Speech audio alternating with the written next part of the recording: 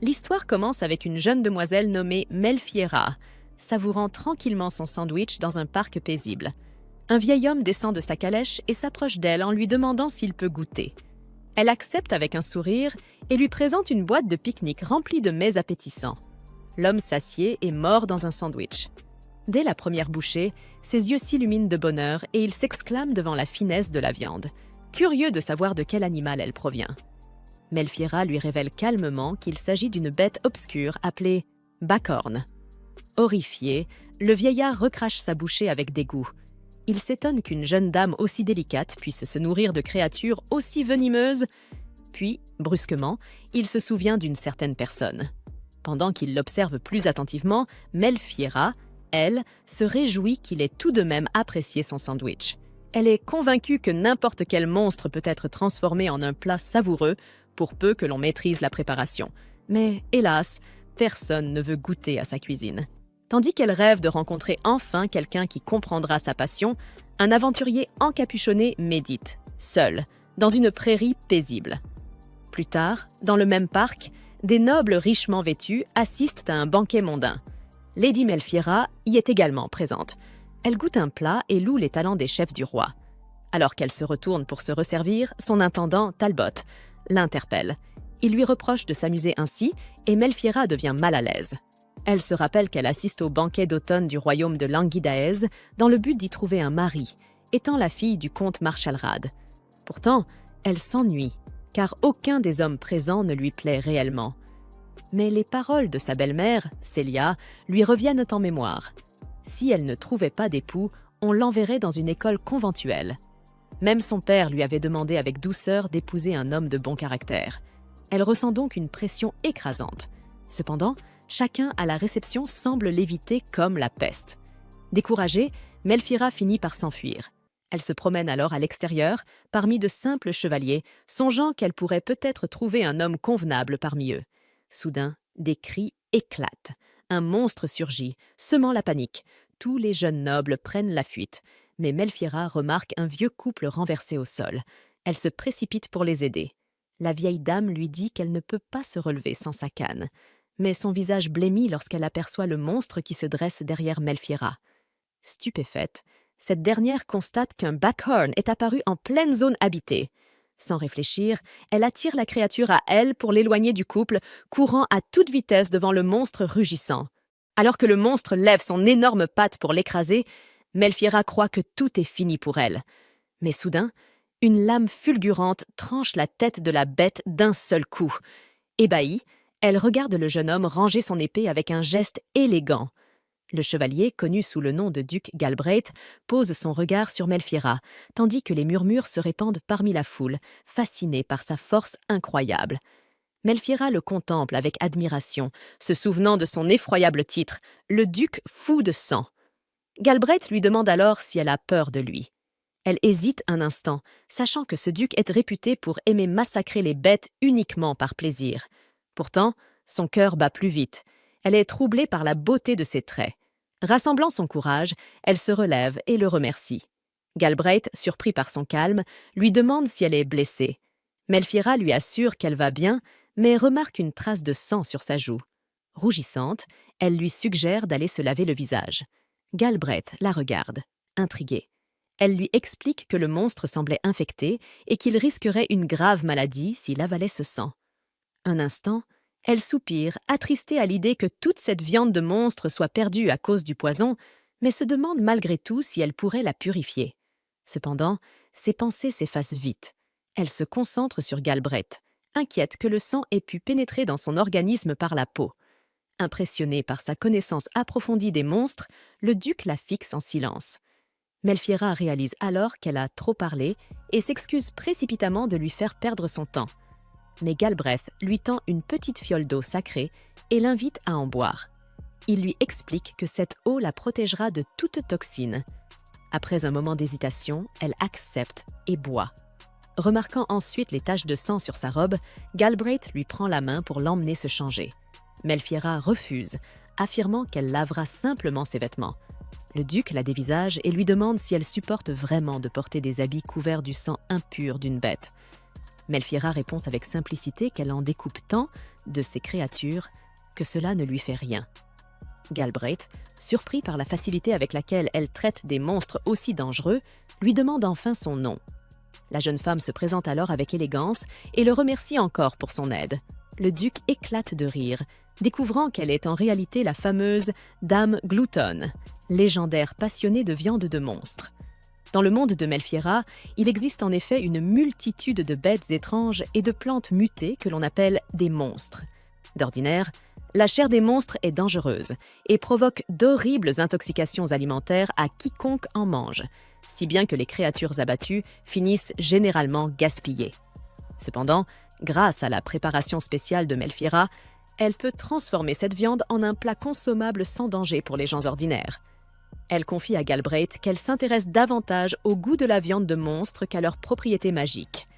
Il reste stupéfait qu'elle puisse avaler des créatures magiques empoisonnées, mais elle se lèche les lèvres en avouant qu'elle invente toujours de nouvelles méthodes pour les rendre comestibles. Choquée par tant d'enthousiasme, Galbraith la fixe, tandis que Melfiera, gênée, croit avoir ruiné ses chances avec ses excentricités. Elle tente de lui sourire, mais le duc détourne les yeux avec maladresse. Melfiera lui demande alors si elle a fait quelque chose de mal, et, en le voyant devenir encore plus timide, elle pense qu'elle l'effraie. Elle s'inquiète de son état, persuadée que le sang du monstre l'a peut-être affecté, mais Galbraith lui assure qu'il va bien. Puis, sans prévenir, il lui prend la main et l'entraîne en courant. Melfiera s'étonne qu'il ne soit pas dégoûté par ses goûts étranges. Elle l'observe, troublée, jusqu'à ce qu'il s'arrête pour lui demander une question inattendue. « Est-ce que c'est bon ?» Déconcertée, elle ne comprend pas d'abord. Alors il précise « La viande de Backhorn est-elle savoureuse puisqu'elle en a sans doute déjà goûté ?» Surprise, Melfiera hoche la tête et réfléchit un instant. Elle craint qu'il ne la trouve répugnante, mais finit par lui avouer que la chair de Backhorn ressemble beaucoup au bœuf. Elle explique qu'il faut d'abord l'attendrir, puis la griller ou l'utiliser dans un ragoût. Galbraith, impressionné, lui demande si la viande d'un Backhorn non infecté peut être consommée sans danger. Cette curiosité sincère la bouleverse. Elle se rappelle combien les autres se moquaient d'elle lorsqu'elle comparait la chair de ces bêtes hideuses à celle d'un bœuf savoureux. En réalisant que Galbraith s'intéresse réellement à la viande de monstre, Melfiera éprouve un bonheur profond, enfin comprise. Elle lui révèle que, pour consommer n'importe quelle créature, il faut d'abord extraire la magie contenue dans sa chair. Galbraith demande aussitôt la méthode, et elle lui explique que l'énergie magique peut facilement être retirée du sang grâce à des outils spéciaux. Le duc devient grave, puis, un peu hésitant, lui prend les mains et lui demande s'il pourra goûter son prochain plat de monstre. Melfiera croit rêver. Elle respire profondément, se calme et lui demande s'il a l'estomac fragile. Galbraith s'interroge sur sa question. Alors Melfiera lui explique que les monstres infectés possèdent de puissantes toxines qu'un estomac ordinaire ne pourrait supporter. Il lui demande alors ce qu'il en est des monstres non infectés, et elle révèle que leur chair est semblable à celle du bétail, et qu'elle peut donc être préparée normalement. Galbraith, ravi à l'idée de goûter à une cuisine exotique à base de monstres, adresse un sourire éclatant à Melfiera. Celle-ci, troublée par son charme, se sent heureuse d'avoir enfin trouvé un compagnon partageant sa passion pour la gastronomie. Galbraith l'emmène alors jusqu'à son camp et la conduit vers sa tente. C'est là que son majordome, nommé Chaos, s'avance vers eux. Galbraith présente Melfiera à Chaos et lui ordonne d'aller chercher des vêtements propres pour elle. Le majordome s'incline et s'éloigne pour exécuter la tâche, tandis que Melfiera pénètre dans la tente de Galbraith. Celui-ci verse de l'eau dans une cuve et lui propose de se laver le temps que Chaos revienne. Melfiera refuse d'abuser de sa générosité, mais Galbraith insiste avec fermeté. Alors qu'elle affirme ne pas avoir tant de sang à nettoyer, Galbraith commence à se changer sans la moindre pudeur. Surprise par son torse nu, Melfiera détourne aussitôt le regard, tout en se souvenant des fois où elle observait en cachette les chevaliers torse nus depuis sa chambre. Pourtant, malgré elle, elle ne cesse de jeter des coups d'œil furtifs et finit même par complimenter sa musculature. Galbraith, un peu pris de court, avoue qu'il s'entraîne régulièrement. Les pensées de Melfiera dérivent alors vers des images fantasmées de son corps en pleine action. Reprenant ses esprits, elle s'avance finalement vers la cuve et commence à se laver aux côtés de Galbraith. Elle lui demande si elle peut apprendre à chasser les monstres. Il lui répond que ce n'est pas si compliqué, mais estime qu'elle n'a pas la force nécessaire pour manier une épée, lui conseillant de lui laisser le travail ardu. Touchée par sa galanterie, Melfira l'admire, tandis que Galbraith, un peu embarrassé, cherche à changer de sujet. Il lui demande alors si elle aimerait qu'il chasse un monstre en particulier pour sa chair. Melfira, enthousiaste, imagine déjà les innombrables créatures de la forêt qui pourraient enrichir leur repas. Elle s'exclame qu'elle a hâte de goûter à de nouvelles saveurs exotiques, ce qui fait sourire Galbraith. Celui-ci lui essuie doucement le visage. En retour, Melfira essuie le sien et reste un instant fascinée à contempler ses traits. Mais leur moment de tendresse est soudain interrompu par Chaos, qui revient et demande, avec une pointe d'ironie, pourquoi son maître se tient torse nu aux côtés d'une jeune demoiselle. Galbraith trouve une excuse maladroite, affirmant qu'il n'était pas entièrement nu, mais Chaos lui rappelle sévèrement qu'il demeure inconvenant de se montrer ainsi devant une jeune demoiselle célibataire. Après ce rappel, il tend à Melfira une magnifique robe neuve, que celle-ci admire aussitôt avec des éloges. Galbraith lui précise que la robe provient des réserves royales et, en levant les yeux vers lui, Melfira se met presque à saliver en apercevant l'immense tête de bête qu'il porte dans ses bras. Les hommes présents s'étonnent qu'une lady puisse être attirée par une apparence si sauvage. Kao, lui, se dit que son maître a décroché le gros lot en amour. Puis, ensemble, ils raccompagnent Melfira jusqu'à son carrosse. La jeune femme remercie chaleureusement le duc et son majordome pour toute leur aide. Craignant que ce soit leur dernière rencontre, Galbraith lui promet de rapporter différentes variétés d'hydromel lors de sa prochaine visite. Elle lui sourit et l'accueille volontiers à venir la voir quand il le souhaitera. Avant de la quitter, le duc jure de chasser un moodle royal pour elle. Aussitôt, Melfira s'imagine déjà la chair succulente de la bête et laisse courir des pensées espiègles. Bien qu'elle soit tentée d'accepter, elle lui explique que la viande de monstre est bien meilleure fraîche et qu'il devra donc la lui apporter vivante. Surpris, Galbraith acquiesce, songeant que capturer ces créatures vivantes constituerait un nouveau défi digne de lui. En contemplant son visage affable, Melfira songe à la réputation sanglante du duc et comprend que la noblesse aime propager de fausses rumeurs. Elle monte dans son carrosse et lui tend un panier avant de s'éloigner. Intrigué, Galbraith demande ce qu'il contient. Elle lui révèle qu'il s'agit de viande séchée, confectionnée à partir d'un monstre appelé Skatspit qui vit dans les terres de son père. Le duc sort un morceau de cette viande séchée et Melfira lui assure qu'elle est sans danger pour la consommation. Il acquiesce et commence à manger, mais Chaos, inquiet, lui intime de recracher.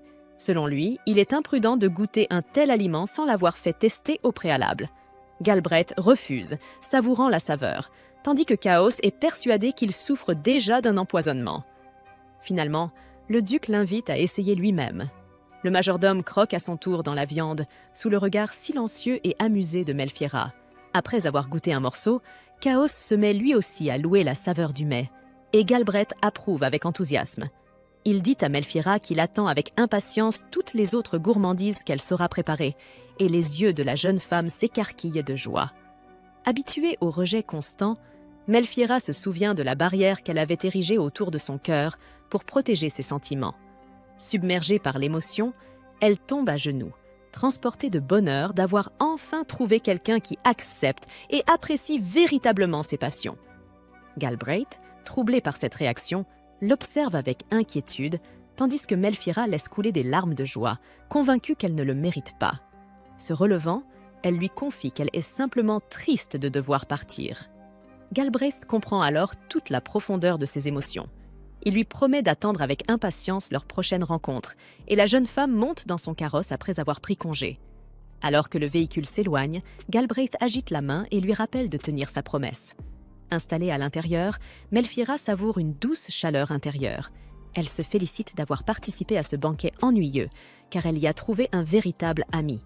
Pourtant, un doute la traverse. Elle se demande si Galbraith ne joue pas simplement avec elle pour s'amuser. Elle s'assoit, pensive. Malgré ses incertitudes, elle espère de tout cœur que ses sentiments sont sincères et songe déjà avec impatience alors. La neige tombe déjà sur les terres de Marcherade lorsque Melfira revient de ses voyages. Avant qu'elle ne puisse entrer dans la maison, son père, Ghislaine, l'attend déjà dehors, la main levée et le visage furieux. Elle suppose qu'il est en colère parce qu'elle n'a pas réussi à trouver un fiancé convenable, mais Ghislaine révèle qu'il a reçu une lettre de Rogier, lui demandant officiellement sa main. Melfiera pense d'abord qu'il lui demande simplement de l'aide, mais Ghislaine précise qu'il s'agit bel et bien d'une demande en mariage. Cette requête le choque, car la position de Rogier en tant que duc ne correspond pas au statut modeste de leur famille, et recevoir une telle lettre le met dans l'embarras. Même Melfiera en transpire d'inquiétude. Pendant ce temps, dans le pavillon, Rogier et Maxime se rencontrent à l'intérieur d'une tente. Rogier rapporte tout ce qui s'est passé pendant leur chasse, expliquant comment il a mené son plan sans faire de victime. Maxime est satisfait du résultat, mais il remarque le ton formel de Rogier et le lui fait remarquer. Alors que Maxime s'adresse à lui de manière familière, Rogier garde une certaine distance. Autrefois, il l'appelait « frère Maxime », mais il évite délibérément de le faire désormais. Bien que Maxime et Rogier soient frères de sang, tout a changé il y a 17 ans, lorsque Maxime a été nommé prince héritier et que Rogier a été adopté par les Galbraith. Depuis, une ligne invisible les sépare. Avec l'entêtement de Rogier, Maxime n'a d'autre choix que de se plier à sa manière formelle. Puis, il remarque soudain le panier que Rogier tient à la main. Rogier essaie de le cacher, mais Maxime insiste pour savoir ce qu'il contient. À la surprise générale, Maxime semble être au courant de la relation entre Rogier et Melfiera, et le fait d'en parler prend Rogier au dépourvu. Profitant de la distraction, Maxime attrape un morceau de viande séchée dans le panier. Rogier tente de l'en empêcher, mais Maxime mord rapidement dedans. Impressionné par le goût, Maxime demande de quelle viande il s'agit. Et Rogier admet que c'est de la viande séchée de Scatspit, un monstre épineux, ce qui intrigue encore plus Maxime, qui suppose que Melfiera la lui a préparée.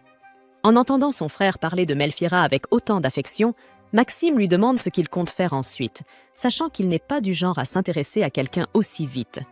Rogier, cependant, balaie ses paroles d'un revers de main, disant qu'il restera en attente avant de retourner auprès de ses hommes, ignorant la tentative de Maxime de le retenir. Rogier est frustré par les paroles de son frère, mais il ne peut nier que Maxime a raison. Après tout, il ne parle presque jamais de cette manière à qui que ce soit. L'image de Melfiera reste gravée dans son esprit, et il a encore du mal à croire qu'on la surnomme vraiment la vorace infâme. Il se souvient de la façon dont elle avait courageusement protégé un couple âgé lors du banquet. Au fond de lui, il sait qu'elle a réussi à le captiver entièrement. Bientôt, Chaos et plusieurs hommes s'approchent de Rogier pour lui rapporter que l'habitat du Bacorne est désormais sous contrôle. Satisfait de la nouvelle, Rogier transmet aussi les ordres de Maxime, mais Chaos semble bien plus curieux de savoir si Melfiera assistera à leur futur banquet. Rogier remarque son ton moqueur et soupçonne immédiatement Chaos d'avoir parlé de Melfiera à Maxime, bien que celui-ci le nie aussitôt. Resté seul, Rogier laisse son esprit vagabonder de nouveau vers Melfiera. Il se rappelle qu'au début, elle ne le croyait pas. Les larmes dans ses yeux révélaient à quel point elle est habituée à être repoussée. À cet instant, il fait une promesse. Il ne la laissera plus jamais arborer une telle expression. Pendant ce temps, chez elle, Melfiera n'arrive toujours pas à croire qu'ils aient reçu une lettre de Rogier. Sa domestique l'informe qu'elle est arrivée il y a 7 jours, apportée par un messager monté sur un aigle flamboyant orné d'un joyau somptueux portant l'emblème des Galbraith. En entendant cela, Melfiera regrette de ne pas avoir vu l'oiseau magnifique de ses propres yeux, et même son père admet la beauté de ses plumes avant de ramener la conversation sur la demande en mariage. Ghislaine veut savoir exactement ce qui s'est passé entre elle et le duc lors du banquet. Melfiera raconte tout honnêtement, mais Ghislaine reste sceptique. Après tout, ce n'était que leur première rencontre. En relisant la lettre, Melfiera doute de la sincérité des paroles de Rogier, soupçonnant qu'il puisse y avoir une autre raison derrière cette proposition soudaine. Ghislaine partage ses doutes et décide de rédiger une réponse pendant qu'il cherche un motif convenable pour refuser poliment. Ce soir-là, Melfiera vient tout juste de terminer son bain lorsqu'elle remarque la lettre posée sur sa table. Elle la relit, admirant le nom du duc, mais ses pensées reviennent vite aux paroles de son père. Ce n'était que leur première rencontre et peut-être que leur enthousiasme commun pour la viande de monstre les avait simplement emportés. Puis une idée lui traverse l'esprit.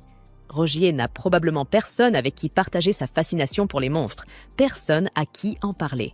Puisque Melfiera aime en manger, Elle peut facilement imaginer le lien qu'il a pu ressentir entre eux. Soudain, la lettre qu'elle tient dans sa main commence à briller.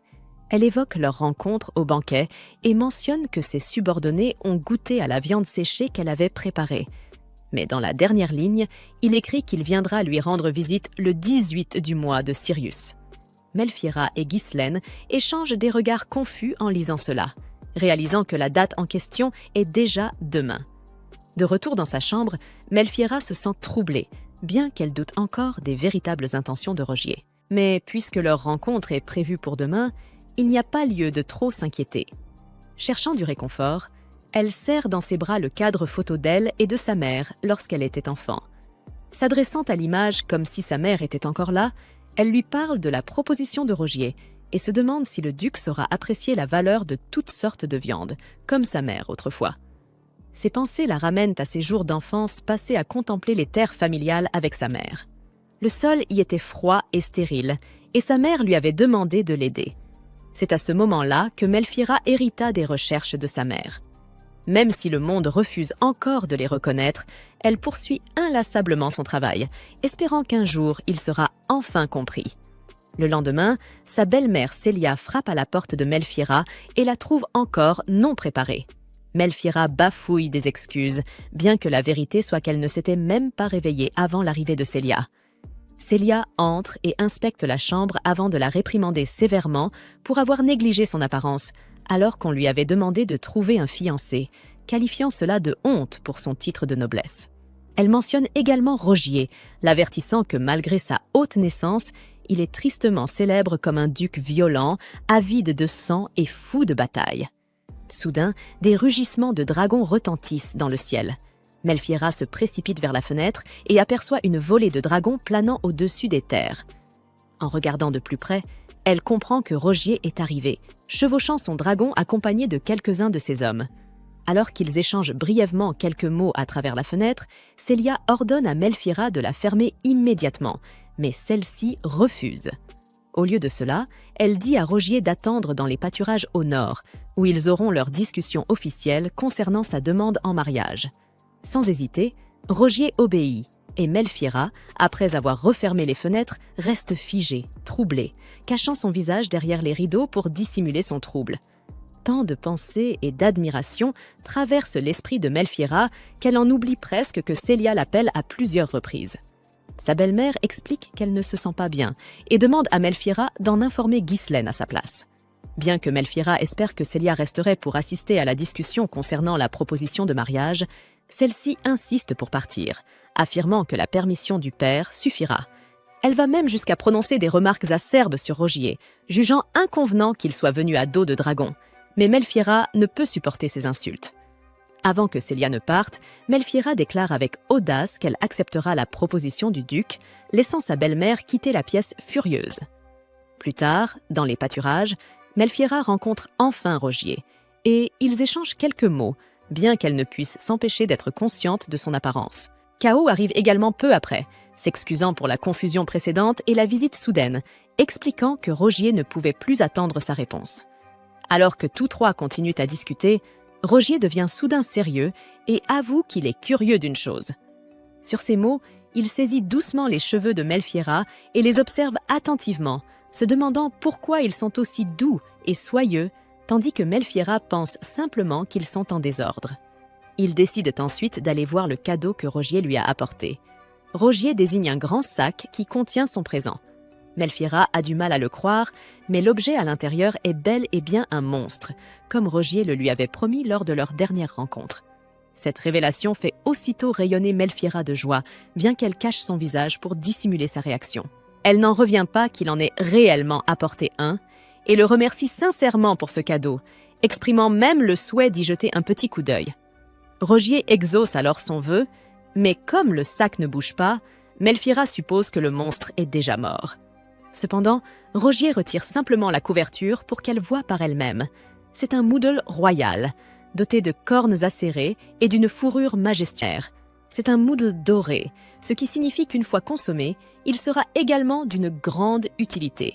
Les moodles sont habituellement des monstres blancs aux cornes élégantes, et leurs peaux sont très recherchées. Les Moodle dorés, en particulier, sont réputés pour la confection de vêtements luxueux, bien que leur viande soit souvent gaspillée ensuite. Celui que Rogier lui présente a été engraissé pour l'hiver, et comme il s'agit d'un herbivore, Melfiera pense que sa viande aura un goût bien meilleur que celui de n'importe quel autre monstre. Tandis que Melfiera partage ses connaissances sur la créature, Rogier l'écoute, visiblement impressionné. Il prend alors sa main et la pose sur le cœur du Moodle. C'est à ce moment-là qu'elle se rend compte que la créature est encore en vie. Rogier ne l'a qu'endormie à l'aide de sa magie. Au fond d'elle, Melfiera imagine déjà le grand festin qu'elle pourra préparer avec sa viande. Malgré ses pensées, l'excitation la submerge. Confuse, ravie, elle n'arrive pas à contenir sa joie et ne cesse de remercier Rogier à plusieurs reprises. Alors que Ghislaine et ses hommes arrivent à leur tour, les deux parties entament une discussion officielle. Ghislaine et Rogier se saluent respectueusement avant d'entrer directement dans le vif du sujet. Melfiera en oublie presque que Rogier est en réalité venu pour demander sa main. Alors que la conversation se poursuit, Melfiera demande à son père la permission d'autoriser les dragons à chasser dans les montagnes, mais il suppose à tort que le Moodle leur est destiné comme nourriture. Sans qu'il le sache, il est en réalité destiné à sa fille. Ghislaine est surpris d'apprendre que le duc connaît déjà le goût particulier de Melfiera pour les monstres. Mais Melfiera précise que Rogier souhaite même goûter à sa cuisine. Elle ajoute qu'elle aimerait ouvrir un centre de recherche pour lui. Ghislaine hésite un instant, incertain au début, mais Rogier prend soudain la parole. Il explique qu'il comprend les habitudes de Melfiera et qu'il est parfaitement au courant de sa réputation. Réalisant que Rogier s'intéresse sincèrement à sa fille, Ghislaine est touchée. Mais Rogier enchaîne rapidement, expliquant qu'ils doivent s'occuper du Moodle avant qu'il ne se réveille. Ce n'est qu'à ce moment-là que Ghislaine comprend que la créature est toujours en vie. Il s'en approche pour l'inspecter et Ghislaine admet qu'il s'agit d'un cadeau à la fois précieux et dangereux. C'est Rogier qui demande à Melfiera de le cuisiner pour lui. Il veut la voir le préparer.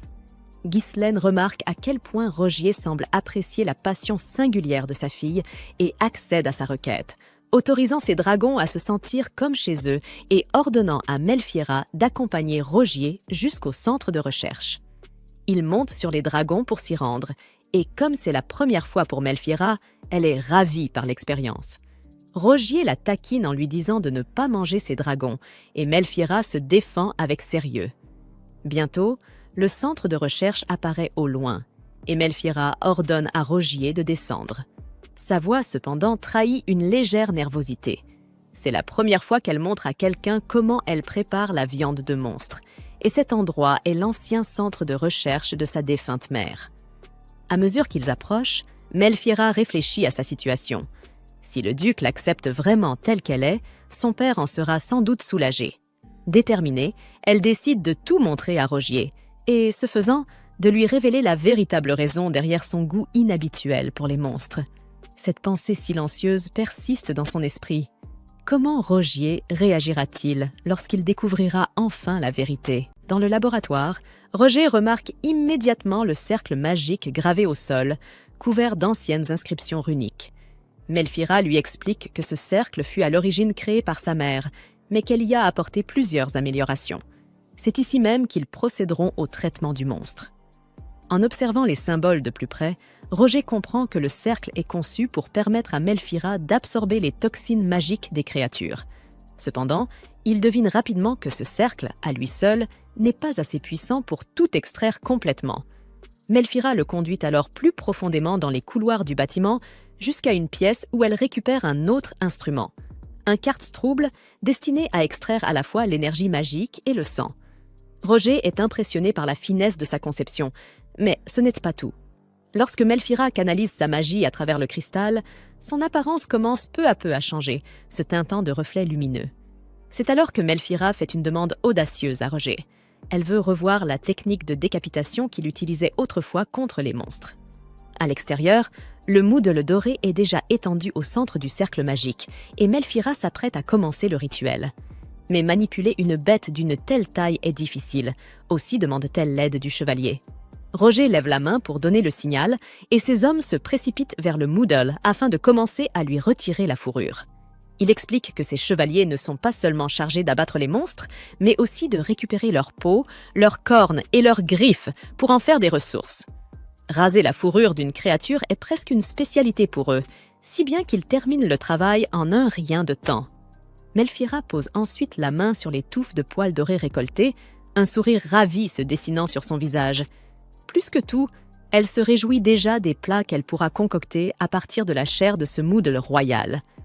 Pendant ce temps, Roger se prépare à décapiter la bête. Mais avant qu'il ne passe à l'action, Melphira récite une prière en hommage à la créature, par respect pour la vie précieuse qu'il s'apprête à prélever. Puis elle prononce les mots magiques dans l'ancienne langue, activant le cercle lumineux. Ce n'est qu'alors qu'elle donne à Roger la permission d'agir. En un mouvement fluide, Roger dégaine son épée et, d'un seul coup, tranche la tête du gigantesque monstre. Comme prévu, Melphira reste stupéfaite devant la perfection de son geste. Après cela, elle commence l'extraction de l'énergie magique et du sang du moodle. Tenant le quartz trouble entre ses mains, elle récite à nouveau une prière dans la langue mystique. Peu à peu, le sang de la bête se met à léviter et à s'écouler dans le cristal. Mais à mesure que le liquide s'y engouffre, Melphira remarque la quantité phénoménale absorbée. Des fissures apparaissent sur la surface du quartz, incapables de supporter un tel volume. La jeune magicienne est prise de panique. C'est la première fois que cela se produit. Mais il est déjà trop tard pour interrompre le rituel. Voyant son trouble, Roger s'avance vivement vers elle et lui demande ce qu'il peut faire pour l'aider. À ce moment-là, Melphira ordonne à Roger d'aller chercher un autre morceau de quartz trouble. Sans perdre une seconde, il s'exécute et remplace le quartz fissuré par un nouveau. Rassurée, Melphira retrouve confiance et poursuit le rituel. Elle récite sa dernière prière, canalisant sa magie jusqu'à ce que toute l'énergie soit absorbée par le quartz. Mais cette incantation draine énormément de sa force. Ses jambes fléchissent et elle manque de s'effondrer. Roger, rapide, la rattrape avant qu'elle ne touche le sol. Pendant ce temps, les chevaliers inspectent le corps du moodle. Ils s'attendent à le trouver abîmé après un rituel d'une telle puissance. Mais à leur grande surprise, la carcasse demeure fraîche et intacte. Melphira explique qu'elle n'extrait que l'énergie magique et le sang, car retirer l'humidité rendrait la viande dure. En conservant sa teneur naturelle en eau, la chair garde une texture tendre et savoureuse. Roger s'interroge alors, cette méthode ingénieuse vient-elle d'elle? Mais Melphira secoue la tête et attribue tout le mérite à sa mère. Elle raconte qu'il y a 17 ans, durant la grande sécheresse, de nombreuses familles mouraient de faim. Leur territoire, pauvre et stérile, manquait de ressources. Sa mère entreprit alors des recherches pour transformer les monstres en sources alimentaires. Si cette étude aboutissait, ces créatures dangereuses pourraient devenir une précieuse réserve de viande capable de nourrir des populations entières. Après la mort de sa mère, Melphira jura de poursuivre ses travaux. Cependant, elle admet que ces derniers temps, elle prend un certain plaisir à goûter la chair de monstres rares. Son projet scientifique est devenu, en partie, une passion personnelle. Roger lui demande ensuite à quoi sert l'énergie magique extraite. Melphira répond naturellement qu'elle s'en sert surtout pour allumer le feu. Assez puissante pour assurer la cuisson et l'éclairage pendant près de 2 mois. Elle n'a jamais envisagé d'autres usages, ce qui fait éclater Roger de rire. Son rire est bon enfant, mais ses paroles suivantes sont pleines de gravité. Bien que Melphira n'en ait pas conscience, son procédé dépasse de loin les recherches des mages royaux. Une énergie magique aussi concentrée, mal utilisée, pourrait devenir une arme capable d'anéantir des royaumes entiers. Melphira se fige, réalisant qu'elle n'avait jamais réfléchi à de telles conséquences. Elle n'avait manipulé jusque-là que de petits monstres. La voix de Roger s'adoucit alors. Il lui dit que, même si tout cela reste de simples suppositions, une telle puissance nécessite une grande prudence. Puis, d'un ton solennel, il lui promet de la protéger de tout danger pouvant découler de ses recherches. Touchée par cette déclaration sincère, Melphira baisse les yeux, émue par la noblesse du chevalier. Cependant, Roger évoque soudain une autre rumeur. On dit que Melphira boirait du sang. La jeune femme s'empresse de nier, jurant qu'elle n'a jamais rien fait de tel.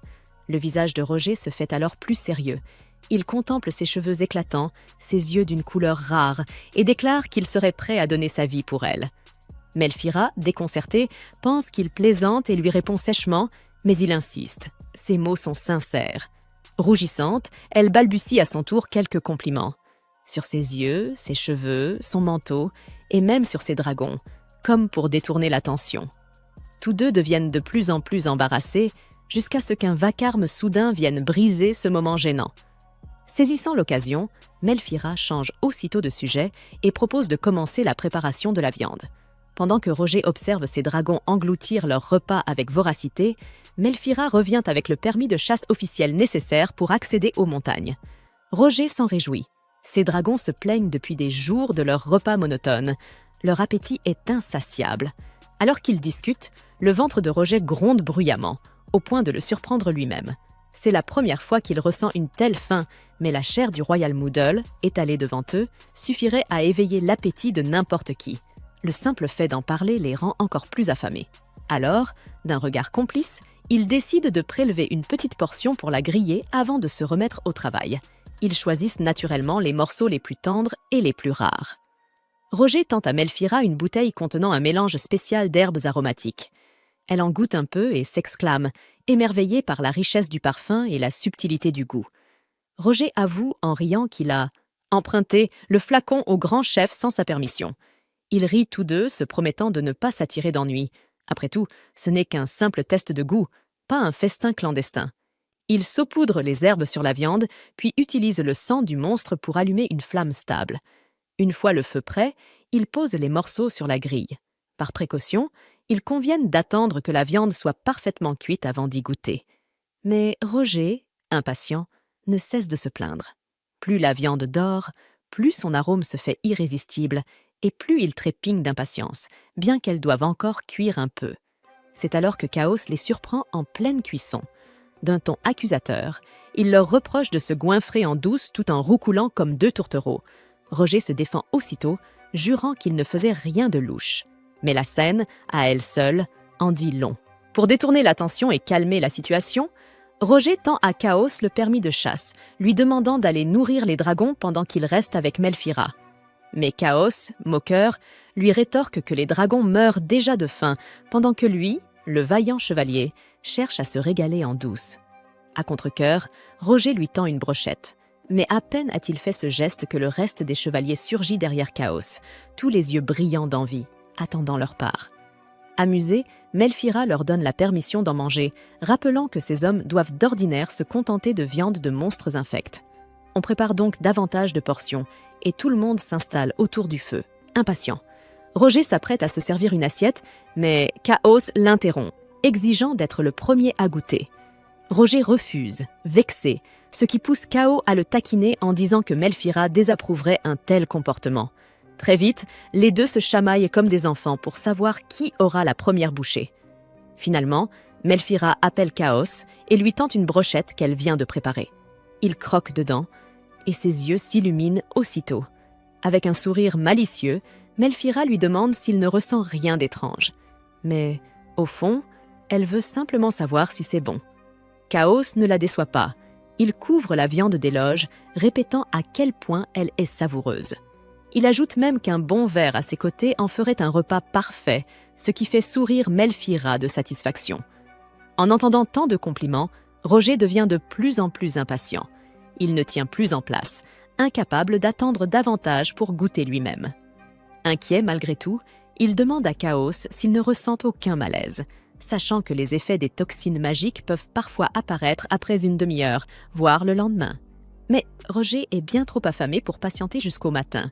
Il déclare donc que le test est terminé et qu'il est temps de manger. Melphira, tout aussi enthousiaste, ordonne à ses chevaliers de se servir avant que la viande ne refroidisse. Elle les rassure. Si quelqu'un se sent mal, elle a déjà préparé un remède pour soigner les effets secondaires éventuels. À ces mots, la troupe pousse un cri de joie et se rue sur les brochettes de viande du monstre. Dès la première bouchée, une expression d'émerveillement se dessine sur tous les visages. La viande est tendre, juteuse et incroyablement savoureuse, à la hauteur de ce que l'on peut attendre d'un monstre herbivore. Roger s'approche de Melphira pour la féliciter, admiratif de son talent. Mais la jeune femme refuse d'en tirer le mérite, affirmant que tout repose sur les recherches de sa défunte mère. Roger, cependant, admet qu'il n'aurait jamais imaginé qu'une viande de monstre puisse être aussi délicieuse. Autrefois, il en avait goûté sans traitement magique, et c'était à peine comestible, un souvenir partagé par tous les chevaliers présents. Enthousiastes, ils demandent à Melphira de leur enseigner sa méthode et proposent même d'apporter une autre créature pour s'exercer. Certains regrettent soudain tout le bon gibier qu'ils ont gaspillé par ignorance, mais Melphira leur répond avec douceur. Même si cela paraît délicieux, la consommation de viande de monstre demeure. Pour détourner la situation, Roger tend le permis de chasse à Chaos et lui ordonne d'aller nourrir les dragons pendant qu'il reste avec Melphira. Chaos le taquine aussitôt, faisant remarquer que les dragons meurent déjà de faim pendant que lui cherche à grignoter en douce. À contre-cœur, Roger lui tend une brochette, mais avant qu'il ne s'en rende compte, le reste des hommes s'est déjà attroupé derrière Chaos, attendant eux aussi leur part. Melphira leur accorde la permission, consciente que les chevaliers sont d'ordinaire condamnés à manger de la viande de monstres infâmes. Ils allument donc le feu et se rassemblent joyeusement autour du grill. Roger prépare une assiette pour lui-même, mais Chaos s'interpose, réclamant le droit de goûter en premier. Roger refuse, ce qui pousse Chaos à plaisanter en disant que Melphira n'apprécierait sûrement pas une telle attitude. Les deux hommes finissent par se chamailler comme des enfants pour la première bouchée. Finalement, Melphira appelle Chaos pour lui faire goûter une brochette qu'elle a elle-même préparée. Dès la première bouchée, il s'exclame de plaisir. Avec un ton détaché, elle lui demande s'il ressent quelque chose d'étrange. Mais ce qu'elle veut réellement savoir, c'est si le goût est à la hauteur. Chaos ne la déçoit pas. Il couvre la viande d'éloges, vantant sa tendreté et son arôme à plusieurs reprises. Il ajoute qu'elle s'accorderait parfaitement avec un bon verre de vin, ce qui fait sourire Melphira, ravie. En entendant ces compliments, Roger devient de plus en plus impatient. Il n'en peut plus d'attendre la confirmation que la viande est sûre à manger. Il demande aussitôt à Chaos s'il ne ressent aucun malaise, mais les effets des toxines magiques mettent souvent du temps à se manifester. Parfois une demi-heure, voire jusqu'au lendemain. Roger, évidemment, n'a pas la patience d'attendre jusque-là. Il déclare que le test est terminé et annonce qu'ils peuvent commencer à manger. Melphira, tout aussi enthousiaste, ordonne aux chevaliers de se servir avant que la viande ne refroidisse. Elle les rassure. Si quelqu'un tombe malade, elle a déjà préparé des remèdes pour le soigner. À ces mots, le groupe pousse des cris de joie et se jette sur les brochettes de viande de monstre. Dès la première bouchée, leur visage s'illumine. La viande est tendre et savoureuse, comme on pouvait s'y attendre d'une créature herbivore. Roger s'approche alors de Melphira pour la féliciter de son génie, mais celle-ci répond humblement que tout le mérite revient aux recherches de sa mère. Roger avoue néanmoins qu'il n'aurait jamais imaginé que la viande de monstre puisse avoir un goût aussi exquis. Dans le passé, il en avait déjà mangé sans préparation adéquate. Une expérience toujours difficile, et ses compagnons approuvent vivement. Enthousiastes, ils demandent à Melphira de leur enseigner sa méthode et proposent même d'amener une autre bête pour s'exercer. Ils regrettent tout ce bon morceau qu'ils ont gâché autrefois, mais Melphira comprend. Manger de la chair de monstre reste encore, pour beaucoup, un véritable tabou. Roger lui demande alors ce qu'elle pense de lui en tant que partenaire. Jusque-là, Melphira n'y avait jamais vraiment réfléchi, mais l'idée d'épouser Roger lui semble soudainement plutôt avantageuse. Son père avait déjà accepté qu'elle puisse se fiancer à un chevalier, alors il n'aurait aucune raison de s'opposer à une union avec un duc. Et quand elle imagine passer chaque jour aux côtés d'un homme comme Roger, son cœur s'emballe à plusieurs reprises. Pourtant, elle hésite encore. Elle se dit qu'en devenant sa femme, elle vivrait forcément dans son ombre, en position inférieure. Elle ne voudrait pas ternir l'image de Roger. Mais l'offre est trop belle pour être ignorée. Elle finit par lui demander pourquoi il l'a choisi. Lui, un homme de si haut rang, alors qu'il pourrait aisément trouver une épouse parmi les nombreuses jeunes femmes prêtes à tout pour l'épouser. Même si leur mariage devait avoir lieu, elle doute que la famille de Roger l'accepte, car même si, à Galbraith, les préjugés contre la viande de monstre sont moins répandus, personne ne voudrait être lié à une femme entourée de rumeurs aussi étranges. Mais Roger la coupe nette et lui assure que, bien au contraire, son peuple l'accueillerait à bras ouverts. Dans les terres de Galbraith s'étend une vaste forêt nommée les Bois d'Urzine, considérée comme un véritable trésor pour les chasseurs. C'est une réserve inépuisable de monstres. Peu importe combien Roger en abat, d'autres apparaissent sans cesse. La situation est devenue si critique qu'il ne sait plus quoi faire des carcasses. Pour lui, les monstres ne sont plus que des cibles à éliminer. C'est pourquoi, lorsqu'il a entendu Melfiera parler avec tant d'enthousiasme de la possibilité de les consommer, il a vu ces créatures sous un nouveau jour. Lors de ses expéditions, il lui arrivait, à lui et à ses hommes, de manger de la viande de monstres quand les provisions manquaient, mais ils ignoraient qu'il était possible d'en extraire complètement l'énergie magique nocive, comme Melfiera le fait. Grâce à sa méthode, ces bêtes ne seraient plus un fléau, mais une ressource utile, et Roger en est persuadé. Son peuple saura apprécier cela. Melfiera, ravi à l'idée que ses recherches puissent servir à d'autres, sent son cœur se gonfler de fierté.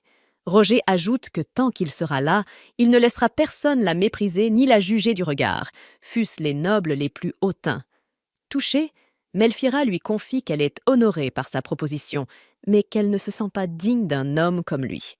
En l'entendant, Roger croit d'abord qu'elle cherche à le repousser poliment. Pour dissiper toute ambiguïté, Melfiera lui prend alors la main et précise qu'elle voulait simplement dire qu'elle ignore beaucoup de choses que les autres jeunes femmes savent faire. Mais si cela ne le dérange pas, alors oui, elle serait heureuse de l'épouser. Elle n'a peut-être qu'un seul vrai talent, celui de la recherche. Mais puisque les devoirs de Roger l'amènent à chasser souvent des monstres, elle saura transformer leur carcasse en délicieux repas pour lui, afin que rien ne soit perdu. À ce moment-là, Claude, l'un des gardes de Melfiera, arrive pour informer Roger que le père de Melfiera l'attend au château. Les deux interrompent donc leur conversation et se préparent à partir. En sortant de la pièce, Claude s'approche discrètement de Melfiera et lui murmure qu'il ne serait peut-être pas très avisé de partager des informations sensibles sur leur territoire avec un homme qu'elle connaît depuis à peine 48 heures. Melfiera prend son avertissement en considération, un peu gêné. Alors qu'ils descendent tous trois le long du couloir, Roger remarque à quel point Claude se montre méfiant à son égard. Le garde ne le quitte pas des yeux depuis le matin, mais Roger comprend cette attitude. Avec sa réputation de duc sanguinaire, il ne peut pas s'attendre à mieux. Peu après, Roger se retrouve face au père de Melfiera pour finaliser les détails de leurs fiançailles. Le comte est nerveux. Il n'a pas l'habitude de s'entretenir aussi librement avec un duc. Pourtant, il est heureux d'apprendre que Roger reconnaît le travail acharné de sa fille et qu'il semble vraiment tenir à elle. Mais, en tant que père, il tient quand même à savoir ce qui motive réellement l'intérêt du duc. Roger lui explique qu'au soir du banquet, il s'ennuyait profondément. Même lorsque la bête a attaqué, il n'a pas ressenti grand-chose, il l'a simplement abattue, comme d'habitude. Mais après l'avoir sauvée, il a remarqué que Melfiera ne s'était pas enfuie en hurlant ni détourné le regard. Elle ne semblait ni effrayée ni dégoûtée, même en le voyant couvert de sang. C'est à ce moment-là qu'il a compris qu'elle pourrait peut-être l'accepter tel qu'il est. Roger admet que sa demande en mariage a été précipitée, mais il ajoute qu'un membre de sa famille particulièrement envahissant n'a cessé de le harceler à ce sujet. Il a donc décidé d'officialiser les choses au plus vite. Le comte comprend et commence à signer le contrat. Mais avant de terminer, il lui demande si cette raison est la seule qui ait motivé son choix. Roger le rassure. Non, sa décision n'est pas née d'un simple caprice. Il se lance alors dans une tirade passionnée sur toutes les qualités adorables de Melfiera. Sa curiosité, sa sincérité, son courage, sa façon de parler des monstres avec des étoiles dans les yeux. Convaincu, le père de Melfiera sent son cœur s'alléger. Il comprend désormais que Roger tient sincèrement à sa fille. Dans un monde où manger de la chair de monstre est considéré comme une abomination, il craignait qu'elle ne passe sa vie à subir la honte et le mépris. Et lui, simple comte, se sentait impuissant à la protéger. Alors, il confie Melfiera à Roger, en lui disant qu'il compte sur lui pour veiller sur elle. Roger lui promet qu'une fois qu'elle aura rejoint la famille Galbraith, il mettra tout en œuvre pour la protéger. 10 jours après la conclusion officielle des fiançailles, Roger rentre chez lui. Pendant ce temps, Melfiera s'affaire à empaqueter ses montagnes de notes et de documents de recherche, aidée par ses chevaliers, afin de se préparer à emménager sur les terres de Roger. Cela avait demandé énormément de travail, mais Roger avait insisté pour que Melfiera emporte avec elle tout le matériel de son centre de recherche. Il avait même laissé derrière lui quelques-uns de ses chevaliers afin qu'elle n'ait aucun mal à tout transporter. Elle savait bien qu'elle et Roger étaient désormais officiellement fiancés, mais cette réalité n'avait pas encore tout à fait son chemin dans son esprit. Après la signature du contrat de mariage, Roger était allé jusqu'à y insuffler une puissante magie pour symboliser son engagement envers Melfiera. Il savait pourtant que Chaos se moquerait de lui pour un geste aussi romantique, alors il lui avait demandé de garder ce détail secret. C'était un moment très touchant, mais le père de Melphira commençait à se sentir mal à l'aise face à toute cette scène et s'éclaircit la gorge pour attirer leur attention. Avant que les fiançailles ne soient officialisées, le père de Melphira avait révélé à Roger un secret qu'il cachait depuis un moment à sa fille, en lui demandant de ne rien lui dire. Mais Roger, sans hésiter, se retourna vers Melphira pour trahir aussitôt la confidence de son futur beau-père. Il lui raconta que c'était son père qui avait répandu toutes ces mauvaises rumeurs à son sujet, celles qui la faisaient passer pour une dévoreuse de chair de monstre. Il l'avait fait, expliqua-t-il, dans le but de dissuader les personnes mal intentionnées d'exploiter ses recherches, sachant qu'elles pouvaient mener à la création d'armes de destruction massive. Roger comprenait ses motivations et ne lui en voulait pas vraiment, puisqu'il avait agi pour protéger sa fille. Il précisa néanmoins qu'il ne voulait plus jamais entendre parler de ces rumeurs. Le message passa clairement, et le père de Melphira ne dit plus un mot. Melphira, de son côté, n'avait pas vraiment suivi la conversation et ne savait donc pas de quoi il parlait. On lui dit simplement qu'elle n'avait pas à s'en soucier, ce qu'elle accepta sans insister. Elle resta tout de même curieuse de savoir ce qu'il s'était dit ce jour-là. Mais avant qu'elle ne puisse y réfléchir davantage, Mullen, l'un des chevaliers, s'approcha pour lui annoncer que le reste du Moodle royal avait été complètement congelé par magie et était prêt à être transporté. Il lui demanda également ce qu'elle comptait faire de la fourrure du Moodle. Melphira répondit qu'elle la laisserait à son père et à son demi-frère pour qu'ils puissent en faire des manteaux dorés. Elle remercia Mullen pour son aide. Ainsi, tout serait prêt lorsque Roger viendrait la chercher. Mais en y repensant, une question la troubla. Les couples fiancés sont-ils censés emménager ensemble aussi vite? Roger, lui, insistait sur le fait que, dès que l'hiver s'installerait, il deviendrait impossible de voyager vers ou depuis le territoire de Marshall Raid.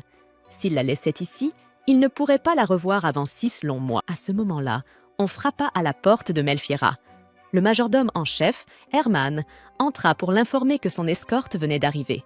Herman s'était occupé de Melphira depuis qu'elle était toute petite, et même s'il était profondément attristé de la voir partir, il ne pouvait s'empêcher de se réjouir pour elle. C'était, après tout, un jour heureux. En quittant sa chambre, Melphira prit soudain conscience qu'elle ne reviendrait pas avant très longtemps. Ce sentiment la saisit si brusquement qu'elle décida d'aller voir son père une dernière fois avant de partir. Elle se rendit à sa chambre et frappa doucement à la porte. En entrant, elle fut surprise d'y trouver Célia, assise sur le canapé, l'attendant patiemment. « Que fais-tu ici ?» demanda Melphira méfiante. Célia répondit d'un ton faussement doux qu'elle voulait simplement saluer sa belle-fille avant son départ, même si elle n'était que sa belle-mère. Melphira demanda alors où se trouvait son père. Célia lui expliqua qu'il était dehors, en train de vérifier que tous les bagages de Melphira étaient correctement chargés. Ne souhaitant pas prolonger la conversation, Melphira tenta de rester polie et brève, cherchant déjà une excuse pour s'éclipser. Mais soudain, Célia ricana et lança avec mépris. « Je ne sais pas comment tu as réussi à séduire un duc, mais sache que mon fils est l'unique héritier de la famille Marshall Raid. » Melphira répondit calmement qu'elle avait parfaitement compris et que cela allait de soi puisqu'elle se mariait hors de la famille. Elle n'avait donc aucune raison de s'en soucier. Célia reprit, venimeuse. « Même si Roger finit par te chasser, ne compte pas revenir ici. Tu ne seras pas la bienvenue. » À cela, Melphira aurait voulu répliquer qu'elle était bien contente de ne plus avoir à supporter sa tête de harpie, mais au lieu de cela, elle se contenta de lui adresser un sourire courtois avant de quitter la pièce, refusant de provoquer la moindre dispute. Elle descendit ensuite jusqu'à la cour, où son père venait tout juste de terminer ses préparatifs. Il se tourna vers elle et lui demanda si elle était prête à partir. Il la contempla un instant, ému, avant de lui dire qu'elle était magnifique dans ce manteau. Ce vêtement, ajouta-t-il avec nostalgie, appartenait autrefois à Élise, la mère de Melphira, celle qu'il avait épousée autrefois. Melphira en resta stupéfaite. Elle ignorait totalement que ce manteau avait appartenu à sa mère. Et en y songeant, elle comprit que, venant du sud, le rude hiver de ces terres avait dû être un véritable choc pour elle. Le père de Melphira se souvient avec tendresse à quel point Élise, la mère de Melphira, avait été enthousiaste en découvrant la neige pour la première fois. Elle s'était tellement amusée qu'elle en était tombée malade peu après. Melphira laissa échapper un léger rire. Elle n'aurait jamais imaginé que sa mère pouvait se montrer aussi étourdie parfois. Son père, ému, lui dit qu'il aimerait pouvoir lui raconter davantage d'histoires sur elle. Mais quelques instants plus tard, Rojo fit son apparition, annonçant qu'il était venu chercher Melfiera. « As-tu bien tout ce qu'il te faut ?» demanda-t-il en désignant du regard un grand tas d'objets restés dans un coin. Melfiera lui répondit que ce n'étaient que des brouillons de ses anciens travaux de recherche, donc rien de réellement utile. Roger lui demanda alors s'il pouvait les faire brûler. Il ne voulait pas risquer que ses recherches tombent entre de mauvaises mains. Melfiera acquiesça sans hésiter. Puis Roger se tourna vers le père de Melfiera et lui dit calmement qu'il allait à présent emmener sa fille. Il aida Melfiera à monter sur le dos de son dragon, prêt à s'envoler. Le comte sentit un pincement au cœur en la voyant partir, mais se consola à l'idée qu'elle reviendrait lui rendre visite au printemps prochain. Cependant, Roger précisa qu'il comptait garder Melfiera auprès de lui jusqu'à la date de leur mariage, prévue pour l'automne. C'était la première fois que le père de Melfiera entendait parler de ce projet, et il demanda à Roger comment il comptait gérer tous les préparatifs nécessaires pour l'intégrer à la famille Galbraith. Roger lui répondit qu'il s'occuperait personnellement de tout ce dont Melfiera pourrait avoir besoin. Il n'avait donc aucune raison de s'inquiéter. Et comme brûler tous les anciens documents de recherche risquait de prendre du temps, Roger proposa de s'en charger sur le champ. Il leva un doigt vers le tas de papier et, d'un simple sort, fit jaillir d'immenses colonnes de flammes qui engloutirent tout en un instant. Depuis le sol, Claude hurla que Roger en avait un peu trop fait avec sa magie. Roger s'excusa avec un sourire, admettant qu'il avait juste voulu faire un peu d'effet devant Melfiera. Avant de partir, il remercia Claude pour avoir veillé sur Melfiera tout ce temps et ajouta qu'il voyait en lui un grand potentiel en tant que chevalier. Il lui proposa même de rejoindre l'ordre des chevaliers de Galbraith s'il le souhaitait. Elle apprécie en réalité qu'il touche ses cheveux, mais c'est encore très embarrassant pour elle, et elle devient donc toute confuse. Plus tard dans la nuit, Roger et les autres chevaliers équipent leurs dragons de lumière scintillante pour ne pas se perdre de vue, et Melfiera trouve cela fascinant, car elle est sûre que, vus d'en bas, les dragons doivent ressembler à des étoiles filantes pour les habitants. Ils passent par hasard au-dessus de la ville portuaire d'Anvers, et il est assez tard, donc Melfiera demande si c'est là qu'ils vont passer la nuit. Roger lui répond qu'il avait prévu de continuer à voler jusqu'au fort de Ridar, mais si Melfiera n'était pas à l'aise à l'idée de dormir dans une forteresse, il pourrait lui organiser un hébergement en ville. Cependant, Melfiera est en réalité très excitée à l'idée de passer la nuit dans un fort. Roger est surpris qu'elle accepte cela, car le fort possède des lits durs comme la pierre et rien d'autre, mais Melfiera assure qu'elle s'en accommode.